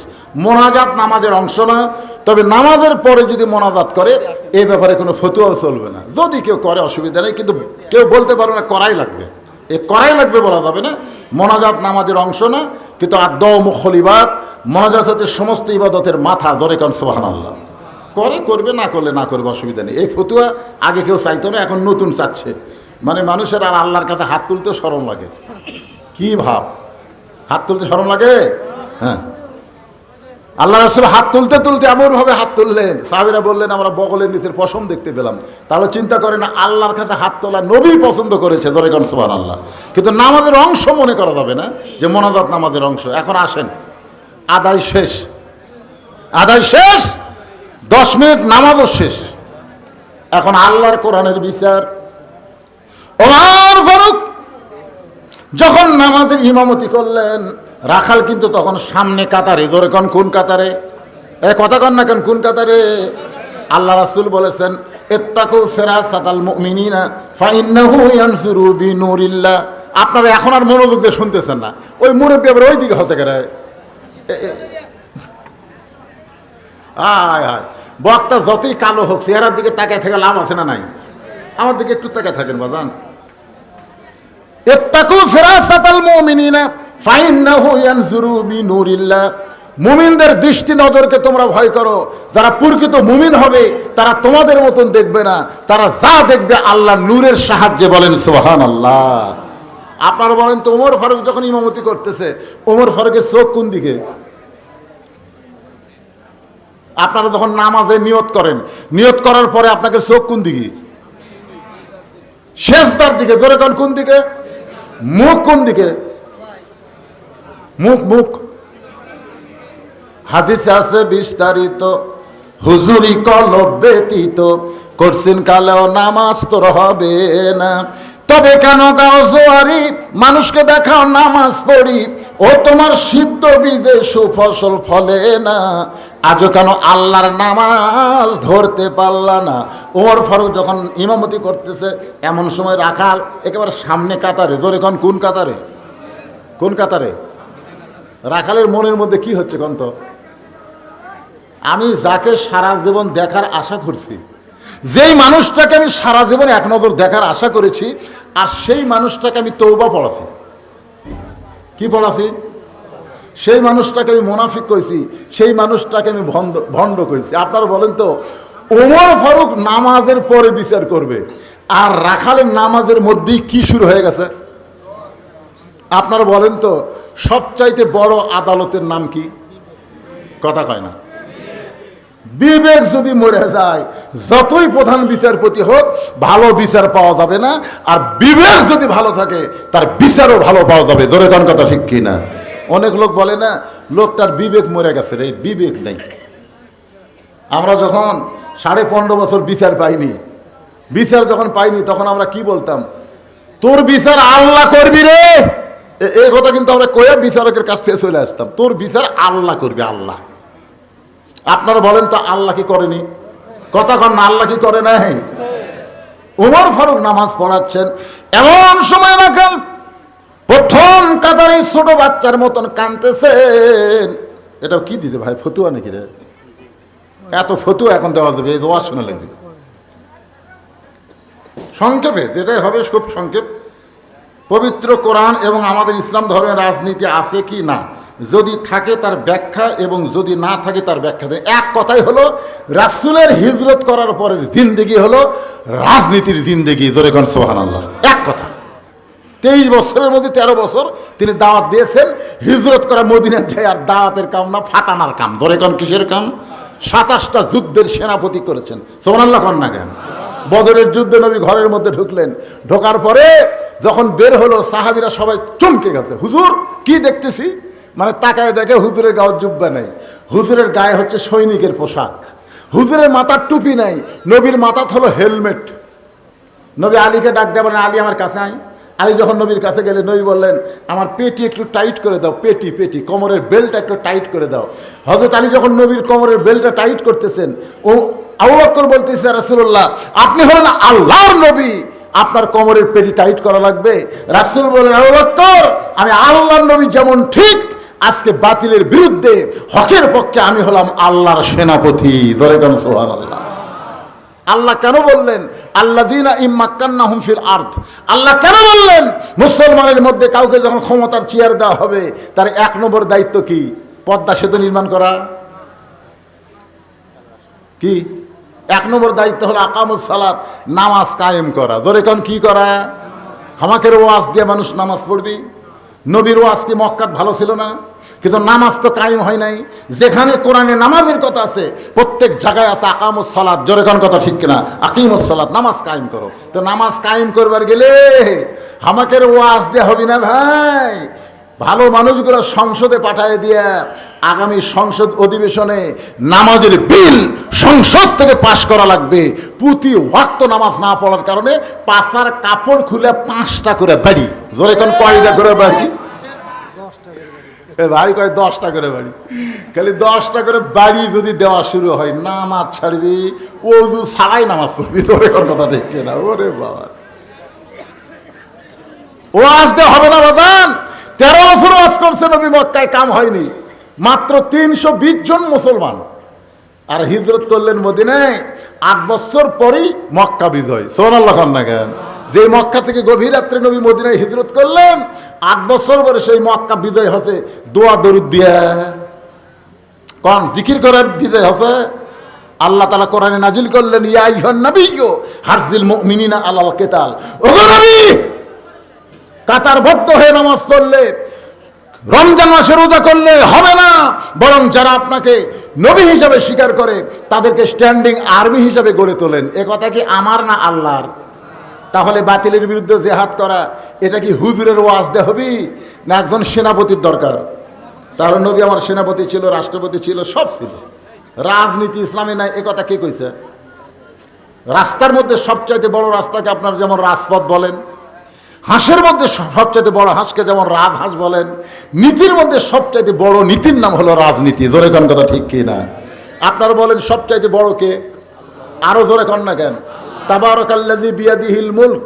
গোটা পৃথিবীর রাজত্ব কর্তৃত্ব মালিকানা একমাত্র কার হাতে? তাহলে আপনি যখন হজ করবার গেলেন, ভাই যখন যাবে, আমি তো গেছিলাম, ভাই তো হজ করছেন, আপনারা কাবা ঘরকে সামনে নিয়ে একটা তলবিয়া পড়েছেন। তলবিয়া, লব্বাইক আল্লাহুম্মা লব্বাইক, লব্বাইক লা শারিকা লাকা লব্বাইক, ইন্নাল হামদা ওয়ান নি'মাতা লাকা ওয়াল মুলক লা শারিকা লাক। আমি একটা হাজিকে বললাম, ভাই লাকা ওয়াল মুলক লা শারিকা লাকের বাংলা অর্থ কি? বলে, হুজুর আপনারাও কোন হামু কই বাংলা তো জানি না। আর বাংলা অর্থ হলো রাজনীতির ভিতরে, রাষ্ট্রের ভিতরে একমাত্র আল্লাহ ছাড়া অন্য কাউকে আমরা স্বীকার করি না। এখন আপনারা বলেন ইসলামের রাজনীতি আছে না নাই? এর চাইতে ভালো ব্যাখ্যা আর দেওয়া গেল না। সালাম ফিরানোর পরে হযরত ওমরের দিকে সাহাবীরা তাকায়, ওমর ফারুক আজকে আল্লাহর কোরআনটা বিচার করবে। সবাই যখন ওমরের দিকে তাকায় আছে, এমন সময় হযরত ওমর ওই কান্নারত সাহাবীকে, ওই রাখালকে এক টানে তুললেন, বসা রাখালকে এক টানে তুলে বুকের মধ্যে সাইবা ধরে কপালে একটা চুমা দিলে। সাহাবেরা বলল, হুজুর আমিরুল মুমিনিন, বিচারের নামে আপনি আমাকে কি দেখালেন? ওমর ফারুক বললেন, সাহাবীরা রে, এই রাখালের এত কথা হজম করার পিছনে একটাই মাত্র কারণ, আমি রাখালকে দেখি নাই, রাখালের ভিতরে আমি আল্লাহর কোরআন দেখতে পাই। তাহলে আল্লাহর কোরআন খালি শোনার জন্যে, ওয়াজ শোনার জন্য আল্লাহ দেয়নি, বাস্তবে এই কোরআনকে আমাদের গ্রহণ করা লাগবে। জোরে কোন কথা ঠিক কিনা?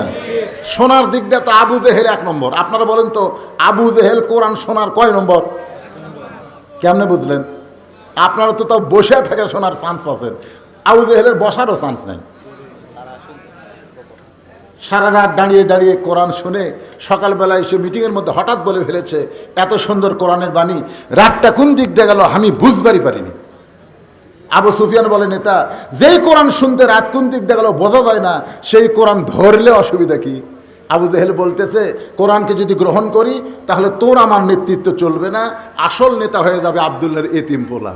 আজকে আল্লাহর কোরআনকে গ্রহণ করব, ভালো মানুষকে আমরা দেখতে পাবো। আল্লাহ সেই তৌফিক আমাদেরকে দান করুক। এখানে কোনো দলের কথা বলা হয় নাই, এখানে মুসলমানের ইমানের ব্যাপারে আল্লাহর দলের কথা বলা হয়েছে। জোরে কোন কথা ঠিক কিনা? আপনি বিএনপিকে বলেন মসজিদ কার ঘর? আল্লাহর ঘর। আওয়ামী লীগকে যদি বলেন নামাজ না পড়লেও বলবে মসজিদ কার ঘর? আমার এলাকার 2 বেয়ানামাজি গন্ডগোল লাগছে, বিশ্বাস যদি না করিস মসজিদ ছুঁয়া কমো। তাই আমি বললাম, তোরা জীবনে মসজিদে গেছিস? কয় না। তো মসজিদ কেন ছবি? মসজিদ আল্লাহর ঘর, আমরা বিশ্বাস করি। যারা নামাজ পড়ে না তারাও বিশ্বাস করে মসজিদ কার ঘর? আপনারা বলেন তো, মসজিদ যেমন আল্লাহর, গোটা বাংলাদেশ কার? ওই বিশ্বাস বাংলাদেশের প্রতি যেদিন আসবে সেই দিন আমরা প্রকৃত ইমানদার হব। আল্লাহ আমাদের কবুল করুক। সবাই বলে আমিন।